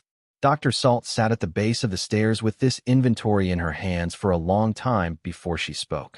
Then she said, he knew exactly what he had. His most recent estimates, Della said. She had read the inventory. She had sat with it on her kitchen table the evening before this visit and read all 47 pages 3 times. His handwriting was precise and unhurried. His estimates were conservative in the way that a person who truly understands a market is conservative, accounting for condition risk and market fluctuation and the difference between theoretical value and realizable value. He had not inflated. He had noted uncertainty where it existed. He had been, she thought, a meticulous and honest man, thorough in the practice of privacy. His most recent total estimate for the full collection was $94 million. Dr. Salt had arrived at the same general territory through her own independent assessment. She presented her preliminary findings to Della on the 5th visit. Sitting across from each other at a folding table Della had brought into the barn's main floor for the purpose, with the natural light from the open southern doors falling across the documentation forms between them. The final certified appraisal would take additional time and would require the involvement of specialists in several sub-areas of the collection, a paintings conservator, a documents expert, 2 additional numismatists with specific expertise in early American coinage. But the preliminary figure, the number Dr. Salt was comfortable presenting as a working foundation for planning purposes, was within reach of Earl Pruitt's own estimate. She said $91 million for $100,000, subject to revision upon full specialist review, which she expected to resolve upward rather than downward based on what she had seen so far. Della sat on her side of the folding table and looked at the forms in front of her and thought about the $41 that had been her entire margin on the morning she raised her hand on the courthouse steps. She thanked Dr. Salt. Then she asked if she could have a few minutes alone. Dr. Salt said of course and gathered her forms and went upstairs, and Della sat alone in the barn on a folding chair in the afternoon light and looked at her hands in her lap, and let herself feel, for a few minutes, the full weight of what had happened. Not the money. The money was a number, and numbers would need lawyers and accountants and decisions she was not yet equipped to make, and she would get to all of that. What she let herself feel was the barn itself. The fact that she had driven past it 100 times in the dark and felt a pull she could not explain. The fact that everyone had decided it was worthless, and she had decided to look more carefully. The fact that looking carefully had, as it sometimes does when you have been paying attention your whole life to things that others pass by, turned out to matter. She let herself feel that for a few minutes. Then she stood up, straightened the folding chair, and went upstairs to find Dr. Salt and talk about next steps. The first person she told was Cassie. She chose a Sunday evening in late May when Eli was asleep and the house was quiet and Cassie was at the kitchen table finishing homework. She made 2 cups of tea and set one in front of her daughter and sat down. Across from her, she told her everything. From the hollow floor to the stairs to the room to the shelving to the coins to the paintings to Earl Pruitt's 47-page inventory in his neat small handwriting. She told her about Dr. Salt. She told her the number. Cassie listened without interrupting, which was not unusual for her, but the quality of her listening was different from its ordinary form. She sat very still, her homework closed in front of her, her tea cooling in her hands, and she looked at her mother with the particular attention of a person who is tracking every word because they understand that every word is real. When Della finished, Cassie was quiet for a long moment. Then she said, "The crates upstairs were too heavy." "I know," Della said. "I thought something was off about them the first time we moved them." Cassie looked at her tea. 91 million. "Subject to revision upward," Della said. Cassie put her cup down and folded her hands on the table in front of her the way she folded them when she was thinking about something seriously. She did this for a while. Then she said, "Mom, yeah, we're not losing the house." "No," Della said. "We're not losing the house." It was the most specific form of relief available to a 14-year-old girl who had been calculating bill payments on a legal pad since she was 11, and Della understood this, and did not diminish it by expanding the conversation into territories of transformation and possibility right away. She let the simple fact of it sit between them for a moment. They were not losing the house. Then she told her daughter that this information was not to leave the two of them until Della had spoken with a lawyer, which she had already arranged through a referral from Dr. Salt, a probate and estate attorney in Nashville named Howard Greer, who had experience with significant undisclosed asset situations and who understood the legal complexities of what Della was navigating. Cassie nodded. She understood. She had understood the necessity of discretion from the first day. She had kept the barn's secrets without being fully told why. "I'm proud of you," Della said. "For all of it. The keeping quiet, the research, the floor tap. You noticed the floor before I did." Cassie shrugged in the way of teenagers who are moved, but prefer not to show it. "It was an obvious sound," she said. "It was obvious because you were paying attention," Della said.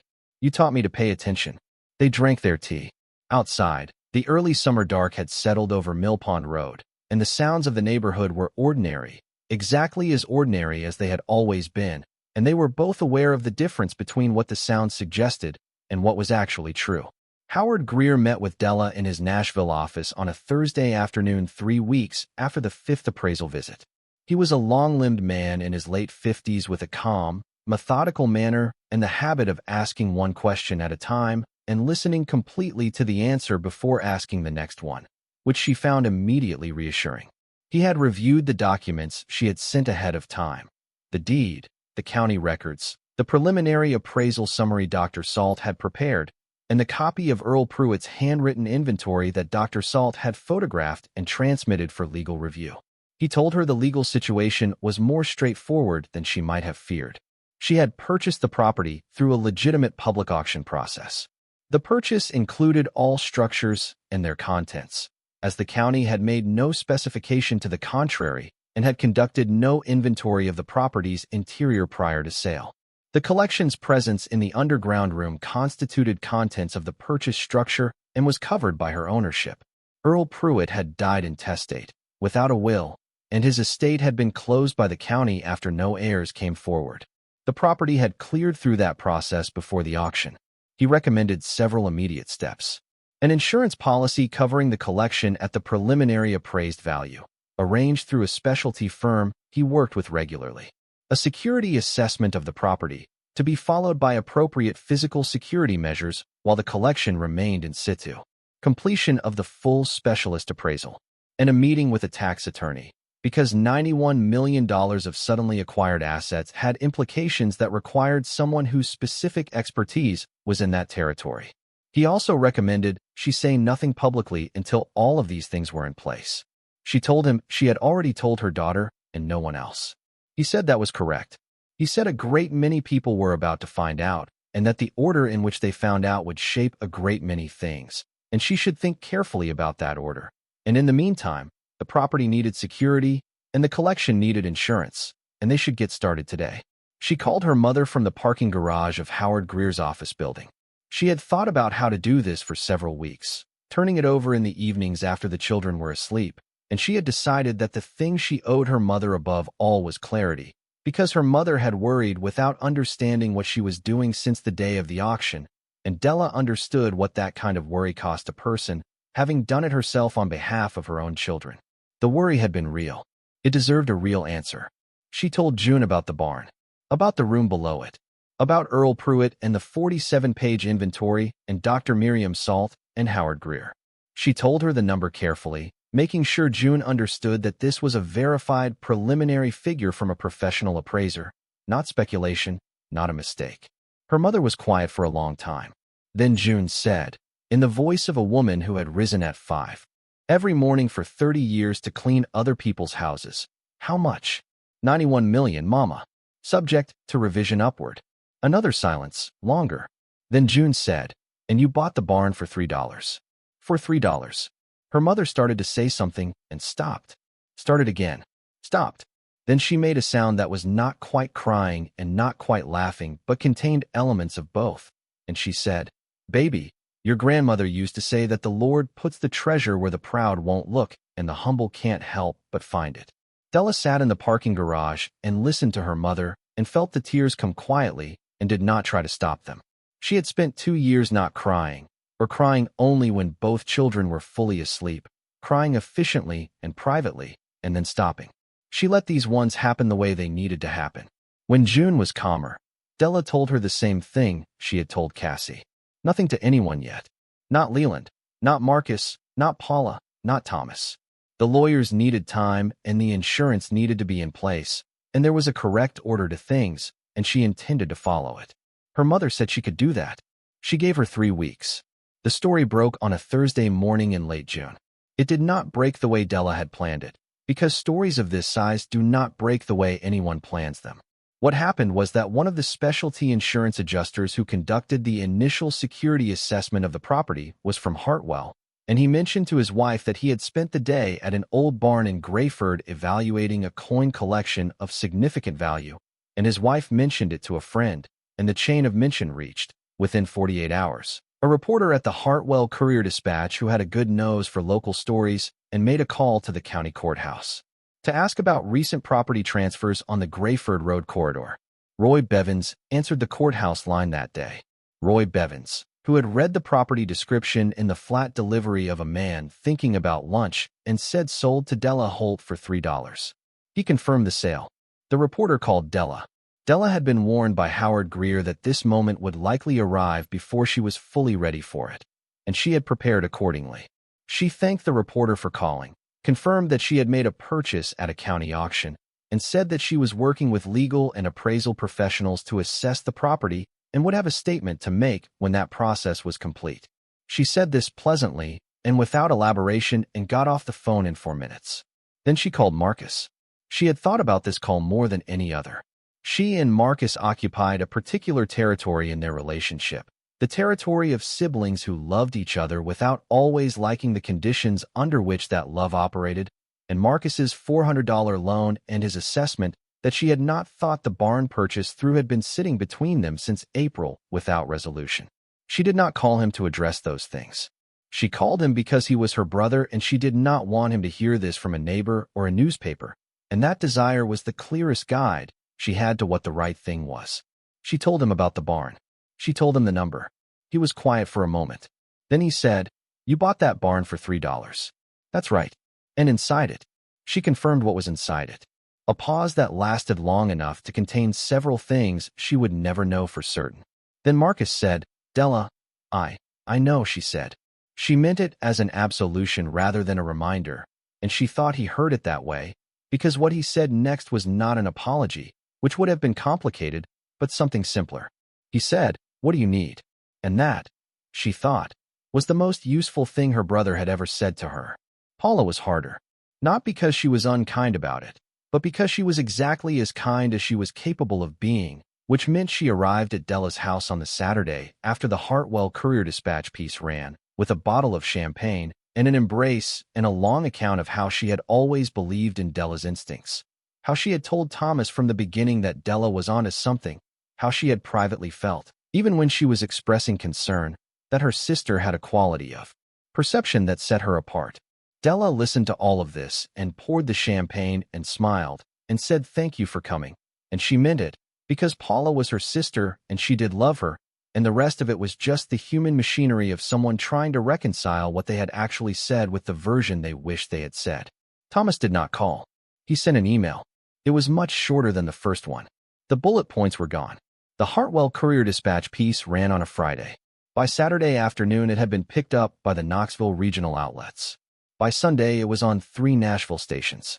By Monday morning, the Associated Press had filed a brief, and 2 national outlets were requesting interviews, which Howard Greer fielded on Della's behalf with the practiced calm of someone who had learned that patience in the early stages of a story's expansion paid dividends later. Grayford itself handled the news with the divided response of a community confronting information that required updating its existing account of events. There were people who had been present on the courthouse steps that April morning. People who had watched Della raise her hand with the particular expression of those who expected to say, "I told you so," and who were now required to sit with the fact that the person who had bought the condemned barn for $3 was not the person who had made a mistake. Some of them called her. The calls varied in their sincerity and their comfort level and their relationship to what had actually been said and done in the months since the auction, and Della received all of them with a consistency of manner that struck more than one caller as either remarkable grace or remarkable restraint, and was in fact both. Roy Bevins stopped her in the parking lot of the grocery store on a Tuesday morning and stood with his hands in his jacket pockets for a moment before he said, "I called you the name on that deed without a second's hesitation, and now I can't stop thinking about the fact that I almost auctioned that property to nobody." "It was your job," Della said. "You did it correctly.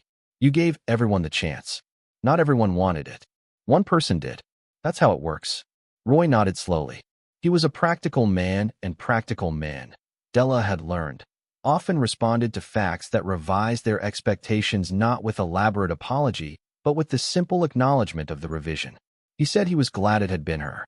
She told him she appreciated that, and meant it.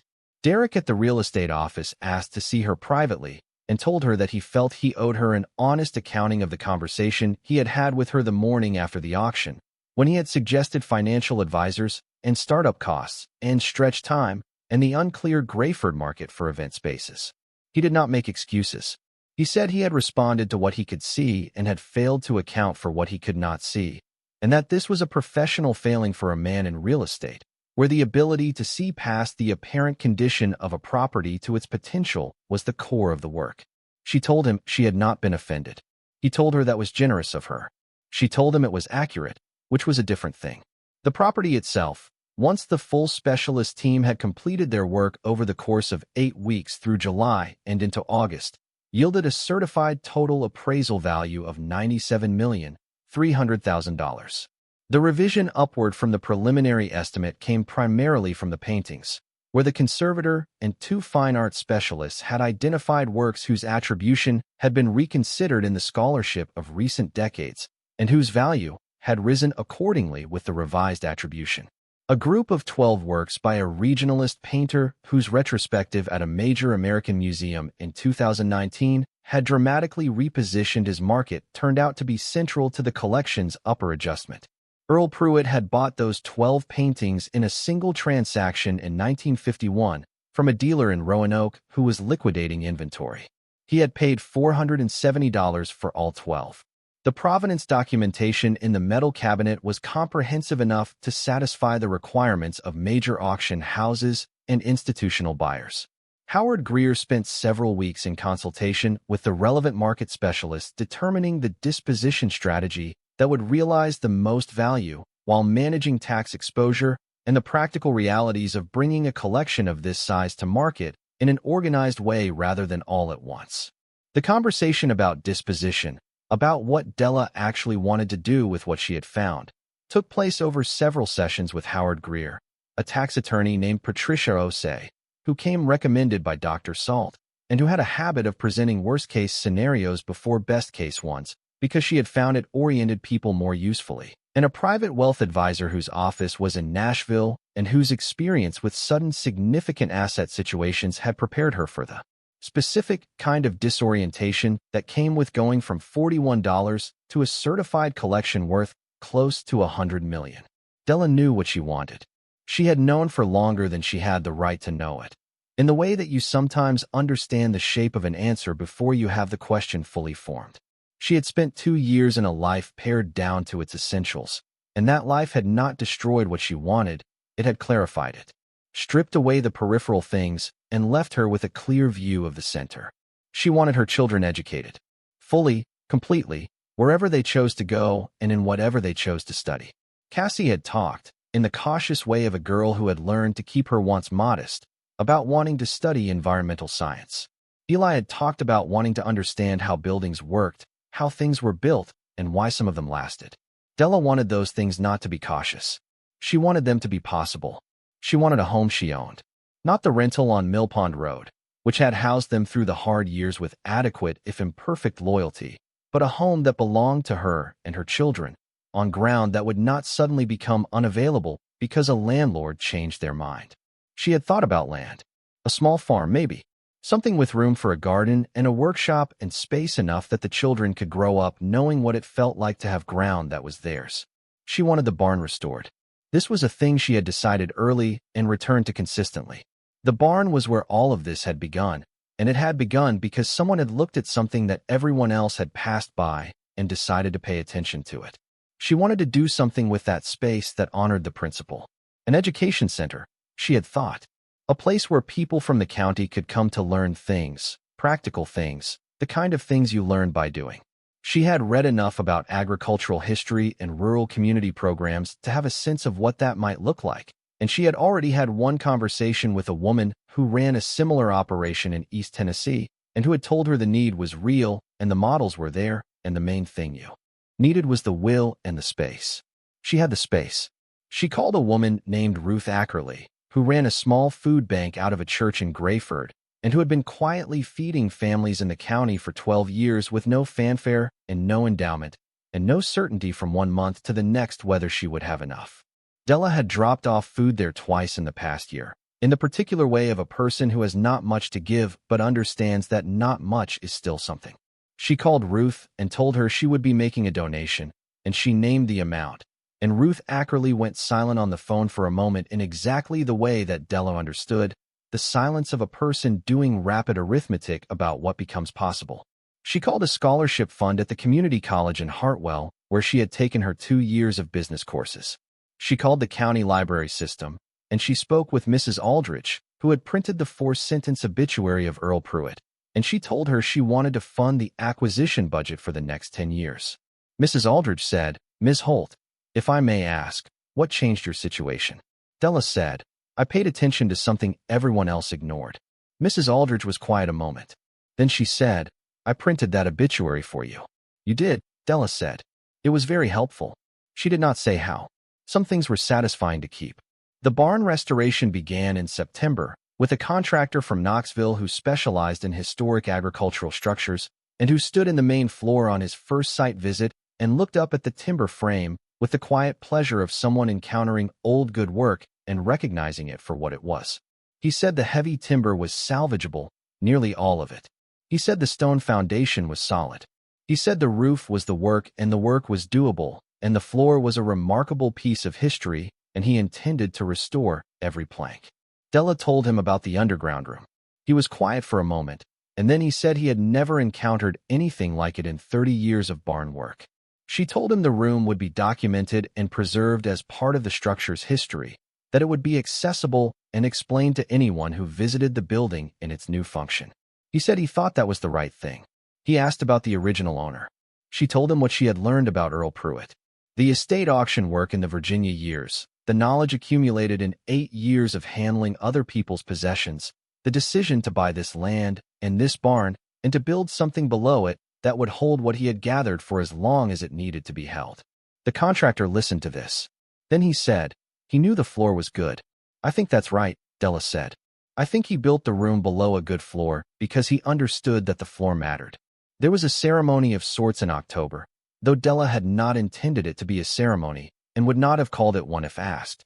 What happened was that the contractor's crew had completed the roof replacement, the new corrugated steel a clean, unweathered red against the October sky, visible from Grayford Road for the first time in years as a structure that was being cared for rather than surrendered to, and several of her neighbors drove out to see it, and found her there, and stayed. Her mother was there. June Holt stood in the barn's main floor with her coat on against the October chill and looked up at the restored timber frame and the new roof above it, and ran her hand along one of the heavy main beams the way you touch something that has endured, and she did not say anything for a long time. Marcus was there.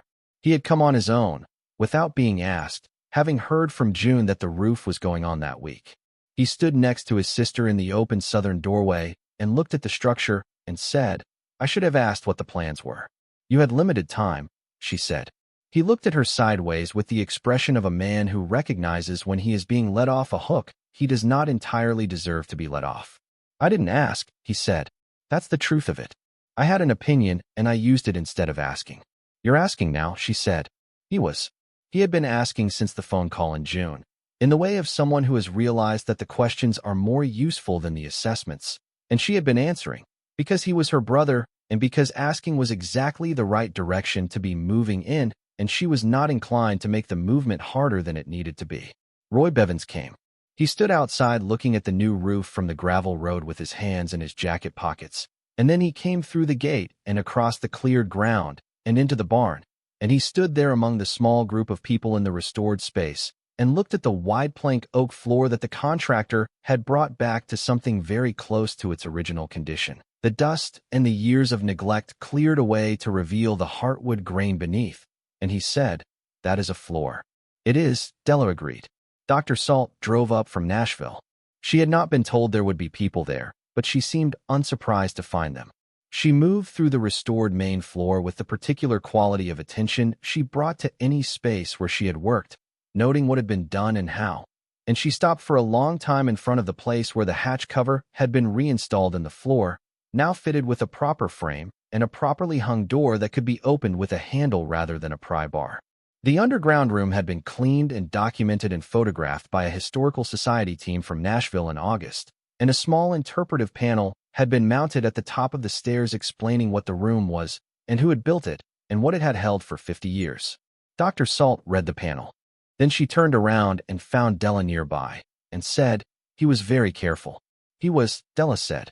I have been thinking about him since February, the appraiser said.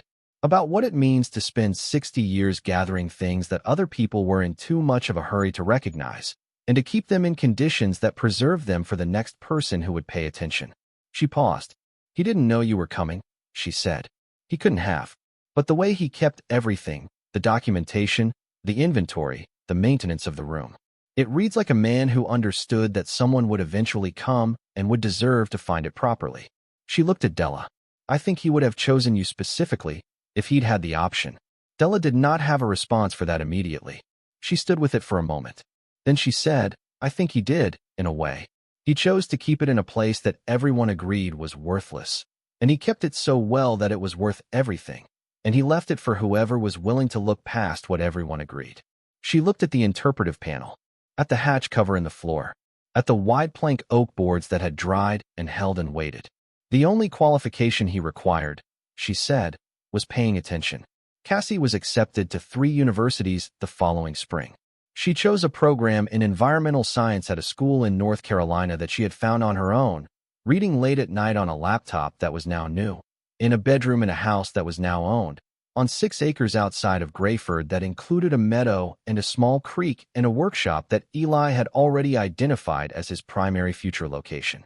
She accepted the offer and then came and found her mother in the kitchen and said, "I want to study water," and the way she said it, with the full weight of someone saying a thing they have wanted to say for a long time without being able to see the path to it, was the sentence Della thought she would remember for the rest of her life above almost any other.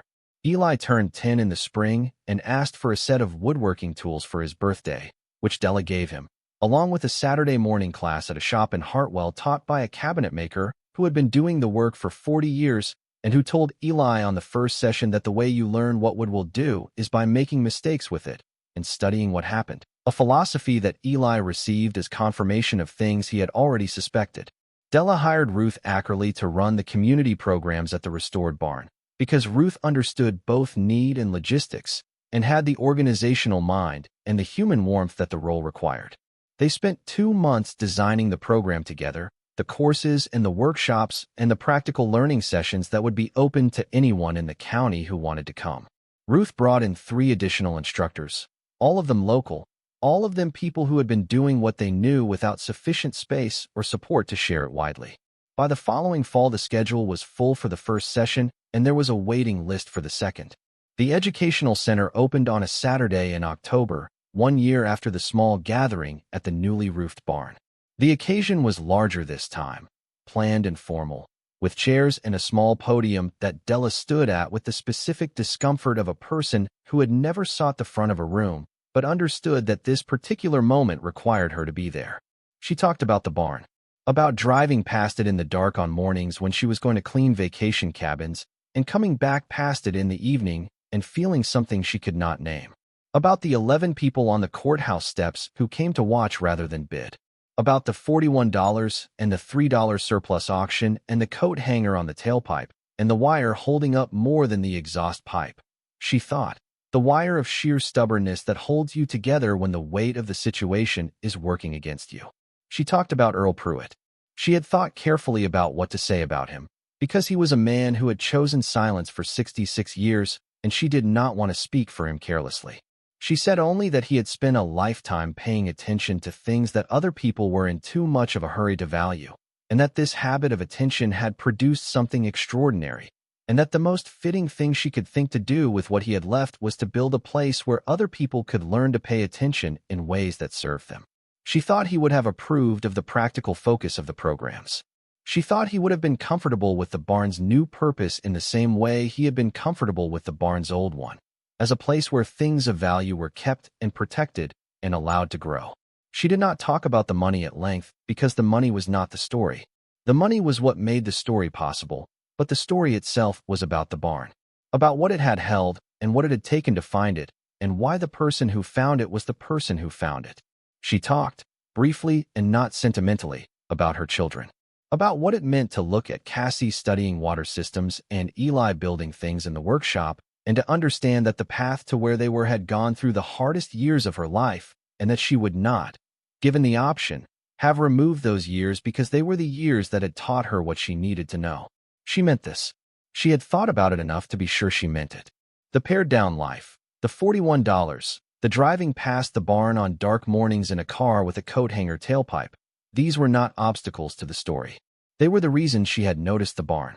They were the reason she had paid the attention required.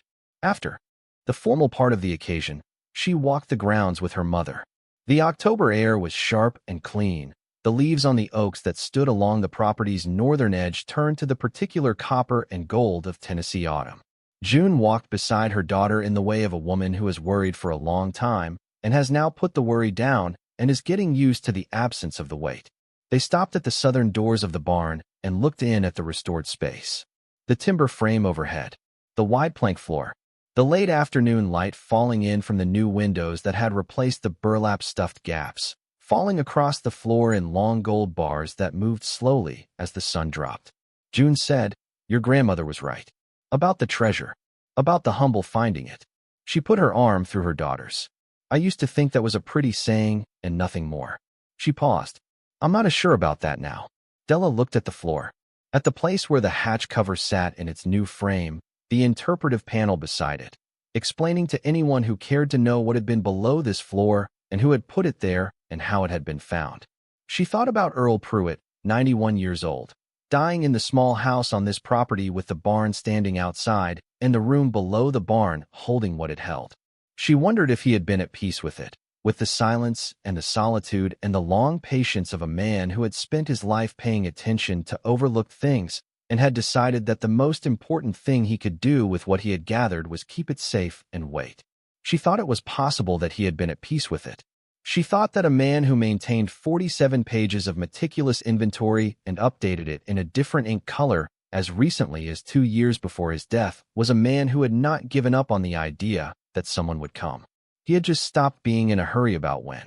She thought about the morning she drove past this barn for the last time before the auction, in the early gray light of an April morning on her way to clean vacation cabins in Harrisburg, and the pull in her chest that was not a reason and not a plan and not anything she could have explained to anyone, and how she had filed it in that interior space where she kept the things she noticed without yet knowing what they were for.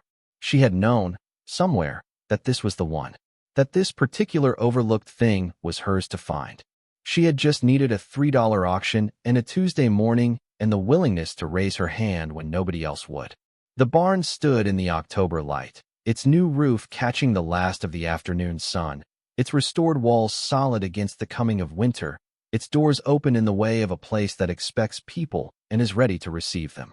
Below the wide plank floor, the stone room waited in its careful stillness, empty now of what it had held for 50 years, but full of something else, the recorded story of a man who had understood that some things only reveal their value to the people patient enough to look, and that the person who looks, really looks, past the rust and the brambles and the condemned sign and the 11 people on the courthouse steps. That person deserves what they find. Della Holt had been that person. She had always been that person. She had just needed the world to get quiet enough, and the barn available enough, and herself desperate enough, for the particular kind of attention she had always carried to have somewhere to land. It had landed, and it had changed everything. Not in the way that luck changes things, as a gift from outside. In the way that recognition changes things, when a person who has always known how to see finally finds something worth seeing, and looks, and does not look away. A letter arrived in mid-July, 2 weeks after the Hartwell Courier-Dispatch piece ran, and before the national outlets had fully assembled their version of events. It came in a plain envelope with a return address from a town in Western Virginia called Richlands, written in the careful hand of someone who had learned penmanship in a school that still considered it important. The return name on the envelope was a woman named Dorothy Vass, and Della did not recognize it. Inside was a single page, handwritten on lined paper, and it began, "I am 87 years old and I saw the news about the barn in Tennessee, and I believe I may have known the man who built what you found." Dorothy Vass had worked at the same auction house in Roanoke where Earl Pruitt had spent his 8 formative years, beginning in 1947 when she was hired as a bookkeeper, and he had already been there 2 years.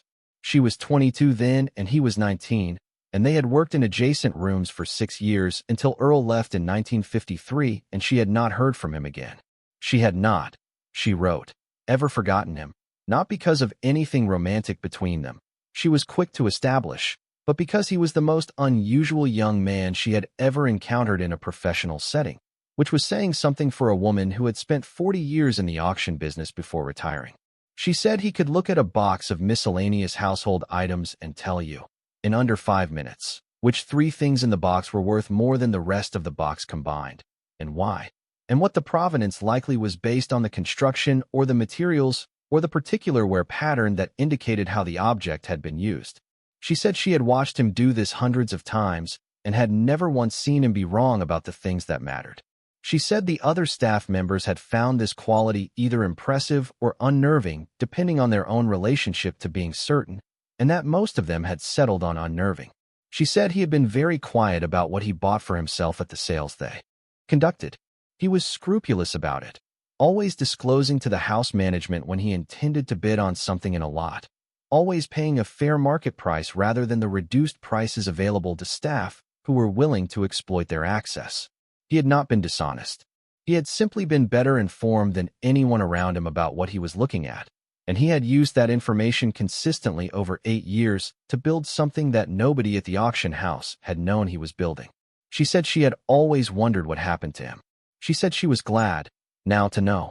She said she thought the fact that everything he gathered had been preserved in the condition it was found meant that he had cared very much about the objects themselves, and not only about what they represented in terms of value, which was, in her experience, the distinction between a person who truly understood what they were handling and a person who was merely using it. She closed by saying she hoped Della would not think it strange that an old woman had written to a stranger about a young man she had known for 6 years 70 years ago, and that if Della ever found herself in Western Virginia, she would be welcome to come and talk about Earl, because she had a few stories she thought would be of interest. Della wrote back within the week. She told Dorothy Vass that she did not think it strange at all. She told her she would be in touch, and she meant it.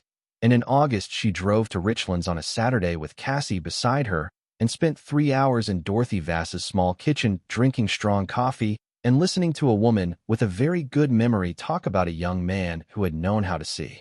Cassie asked most of the questions. Della watched her daughter lean forward across the kitchen table with the focused attention that had always distinguished her from other 14-year-olds and then 15-year-olds, and thought that the environmental science program in North Carolina had no idea yet how seriously it was about to be taken by one of its incoming students. Dorothy Vass talked for 3 hours without flagging.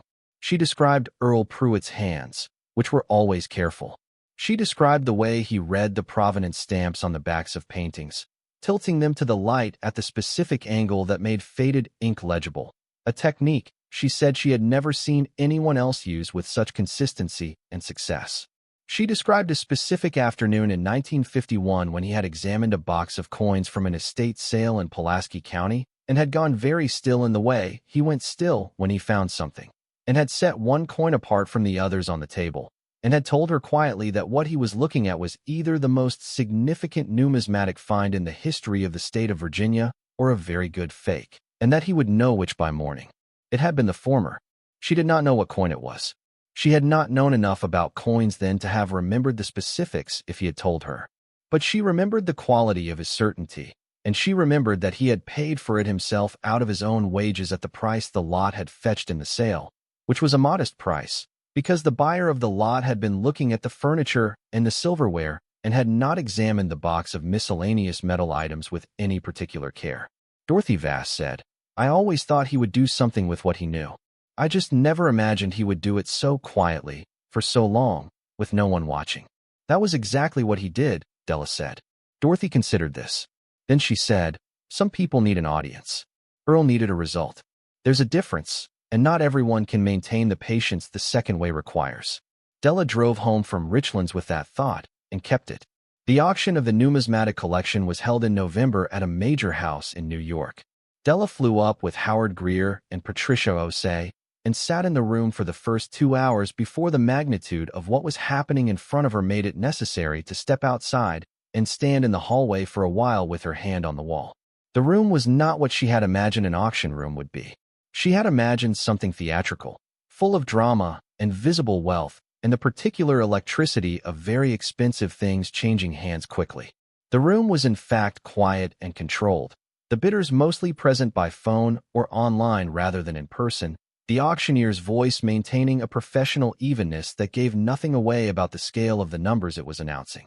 But the numbers were announced, one after another, and Della had read enough by then to follow what they meant. And what they meant was that Earl Pruitt's 8 years of careful acquisition in the depressed markets of post-war Virginia were being recognized, at last and publicly, for what they had been. The 1794 flowing hair dollar opened at $8 million and closed at $11,200,000. To a telephone bidder whose identity was not disclosed. The room made a low sound when the hammer fell, not applause exactly, but the sound a room makes when it has witnessed something that will be discussed later. The 1933 Double Eagle did not go at this auction. Howard Greer and Patricia Osei had advised holding it for a specialized numismatic sale the following spring, where the competitive context would be more favorable and the interested parties more specifically assembled. Della had agreed with this reasoning without entirely understanding all of it, on the basis that they understood the territory and she was still learning its geography. What sold in November cleared $41,600,000 before fees. Della sat with Howard Greer in a conference room afterward while the final numbers were being compiled, and she looked at the window. and thought about the $41 that had been her entire margin in April of the previous year. And she thought about the particular mathematics of a life that runs through the same number in two completely different directions. And she thought that Earl Pruitt would have found this either amusing or precisely as it should be. She was not certain which. She thought probably the latter. She told Eli the full truth of the numbers in December, when the auction settlement had cleared and the reality of the situation had graduated from astonishing to actual. She had told him from the beginning that the barn contained something valuable, and had explained in general terms the coins and the paintings and the appraiser and the lawyers, keeping the specifics age-appropriate through the months when the specifics were still being resolved. But he was 10 now, and the resolution had happened, and she thought he deserved the full account. She told him on a Saturday morning in the kitchen of the new house, which they had moved into in October, a farmhouse on 6 acres outside of town with a creek along the eastern boundary and a stand of old tulip poplars on the northern end, and a workshop building off the back that had been the primary feature Eli had asked about on every property they toured. She had let him lead the workshop inspection on each visit, which he had conducted with the thoroughness of a building professional, tapping walls and checking the levelness of the floor and asking the realtor questions about the electrical panel that the realtor had not always been equipped to answer. She made pancakes and set them on the table and sat down across from him and told him the numbers. The preliminary appraisal, the auction results, the full certified total that had been established by the time Howard Greer filed the final documentation in September. Eli ate 2 bites of pancake and put his fork down and looked at her with his father's face, which she had long ago stopped finding complicated, and his grandmother's directness. He said, "That's from the barn we bought for $3. That's from the barn we bought for $3, she confirmed. He was quiet for a moment with the focused interior quiet of a boy calculating something. Then he said, "The floor was the clue. The hollow sound. You and Cassie found that. I was at the hatch." "You were stationed at the hatch," she said. "That was an important job." He picked his fork back up. He ate another bite of pancake. He was 10 years old, and he had the composure of someone who had always suspected that the world held more than was immediately visible, and was now in possession of evidence that this suspicion had been correct. He said, "The man who built the room. He knew that a good floor would last. Earl Pruitt." "Yes, I think that was part of it." Eli looked at his pancake and then at his mother. "If you build something right," he said slowly, working through the logic as he spoke it, "it doesn't matter how long you wait. The right thing will still be there." Della looked at her son across the kitchen table of the house that was theirs, on the land that was theirs, on a December morning with the tulip poplars outside the window bare against the gray sky and the creek running cold along the eastern edge of the property. "That's exactly right," she said. Eli picked up his fork and returned to his pancakes with the conclusive manner of a boy who had received the information he needed and was now prepared to proceed. The first full season of programs at the Barn Educational Center ran from February through April of the following year. Ruth Ackerley had organized it with the same efficient thoroughness she had applied to 12 years of food bank operation, which meant the logistics were sound and the participants were taken seriously, and nobody who showed up was made to feel that their time or their presence was less important than anyone else's. The program Della thought about most often, afterward, was not one of the agricultural or woodworking courses that had been the original conception of the center's offerings. It was a Saturday morning session in March on basic home maintenance and repair, taught by a retired contractor named Walter Sims who had been doing the work in Rutherford County for 35 years and who had agreed to teach at the center because Ruth had asked him and he could not say no to Ruth, which was a quality she had in common with most people who encountered her at length. A woman named Karen Pretty came to that session. She was 34 years old and renting a house on the south end of Grayford with 3 children and a furnace that was making the sound furnaces make before they stopped making any sound at all. And she had seen the center's flyer at the grocery store and thought that knowing more about how things worked in a house seemed like the kind of knowledge that might be worth having. She arrived early and sat in the front of the restored barn's main floor on one of the folding chairs Ruth had arranged and looked up at the timber frame overhead and the wide plank floor beneath her feet with the expression of someone taking careful inventory of a space that was better than expected. Walter Sims taught for 2 hours. He covered furnaces, specifically the things you could check yourself before calling a repair service, the filter condition, the pilot light, the thermocouple, the pressure relief valve. He covered the sounds that were information and the sounds that were emergency. He covered what a landlord was legally required to repair and the specific language that was most effective in requesting it. Karen Pretty went home that Saturday and checked her furnace's filter, which was so dense with accumulated dust and debris that it had reduced airflow to a fraction of the system's capacity, and replaced it with a filter she bought at the hardware store for $4, and the furnace, deprived of the obstruction that had been making its distress sound, returned to quiet and effective function. She came back the following Saturday for the session on plumbing basics, then the session on electrical safety. She brought her oldest daughter, who was 12, to the April session on reading a building structure, which Walter taught because he thought it was the most undervalued skill a person could have. Della was not at most of these sessions. She checked in with Ruth periodically and received reports and attended the monthly planning meetings, but the day-to-day was Ruth's and Walter's and the other instructors, which was as it should be. But she was at the barn one Saturday in late March when Karen Pretty was there with her daughter, and she stood in the doorway of the main space for a few minutes watching Walter explain to a room of 15 people the difference between a load-bearing wall and a partition wall, and why that difference mattered enormously when you were making decisions about a space you lived in. Karen Pretty's daughter had her hand up before Walter finished the sentence. Della went back outside. The March air was cool and the tulip poplars along the fence line of the neighboring property were beginning to show the first faint green of new leaves, and the barn behind her was full of people learning the specific and practical language of the things around them. She stood in the cleared ground in front of the southern doors and listened to the sound of it for a while. Then she walked around to the western side of the barn, where the afternoon light fell directly on the new corrugated steel of the roof, the red of it clean and bright against the pale sky, and she stood looking at the structure that everyone had agreed was worthless for long enough that the cold began to find its way through her jacket. She thought about Dorothy Vass's kitchen in Richlands and the strong coffee, and the 87-year-old woman describing a 19-year-old boy going still at the sight of something he recognized. She thought about the hollow sound the floor had made under her boot in April, and Cassie's hands pressed flat on the planks, and Eli stationed at the hatch with the seriousness of a boy who understood he had been trusted with something real. She thought about the sealed wall and the wax plug and the 9 stone steps and the cool mineral air rising from below. She thought about 11 people on courthouse steps with coffee cups in their hands, and Roy Bevins reading from his clipboard in the flat voice of a man thinking about lunch, and the mockingbird in the oak trees making its sound, and her own hand going up. $3. She had spent a great deal of time, in the months since the auction results and the certified totals and the legal settlements and the account balances, thinking about what the correct lesson of all this was. She was suspicious of clean lessons, having found them generally to be approximations of something more complicated. But there was one thing she kept returning to, not because it was clean, but because it was true, which was different.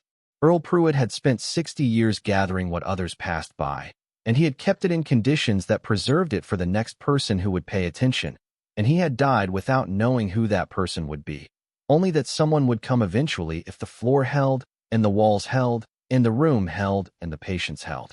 He had bet everything on the belief that careful work, maintained without an audience, would eventually find the person it was waiting for. The floor had held. She pulled her jacket tighter against the cold and looked at the barn one more time before going back inside to find Ruth and hear the report on March's registration numbers, which Ruth had told her that morning were the best the center had seen, and she thought the Saturday home maintenance sessions were the reason. The barn stood in the late afternoon light, its new roof bright above its restored walls, its doors open in the way of a place that expects people, its floors sound in the way of a thing built by someone who understood that the floor was the foundation of everything else, and that if you got the floor right, and kept it right, and believed in the work you had put into it even when no one was watching, what you had built would be there when the right moment came. It would be there, and it would hold, and the right person would find it. And everything would change from that moment forward, in ways that the person who built it could never have predicted, and the person who found it could never have imagined. And none of that mattered because the work had been done and the floor had been laid and the waiting, at last, was over. Thank you so much for watching until the end. If you love this story, check out the other videos on your screen now. I think you'll really enjoy them. And don't forget to subscribe if you haven't already. See you in the next story.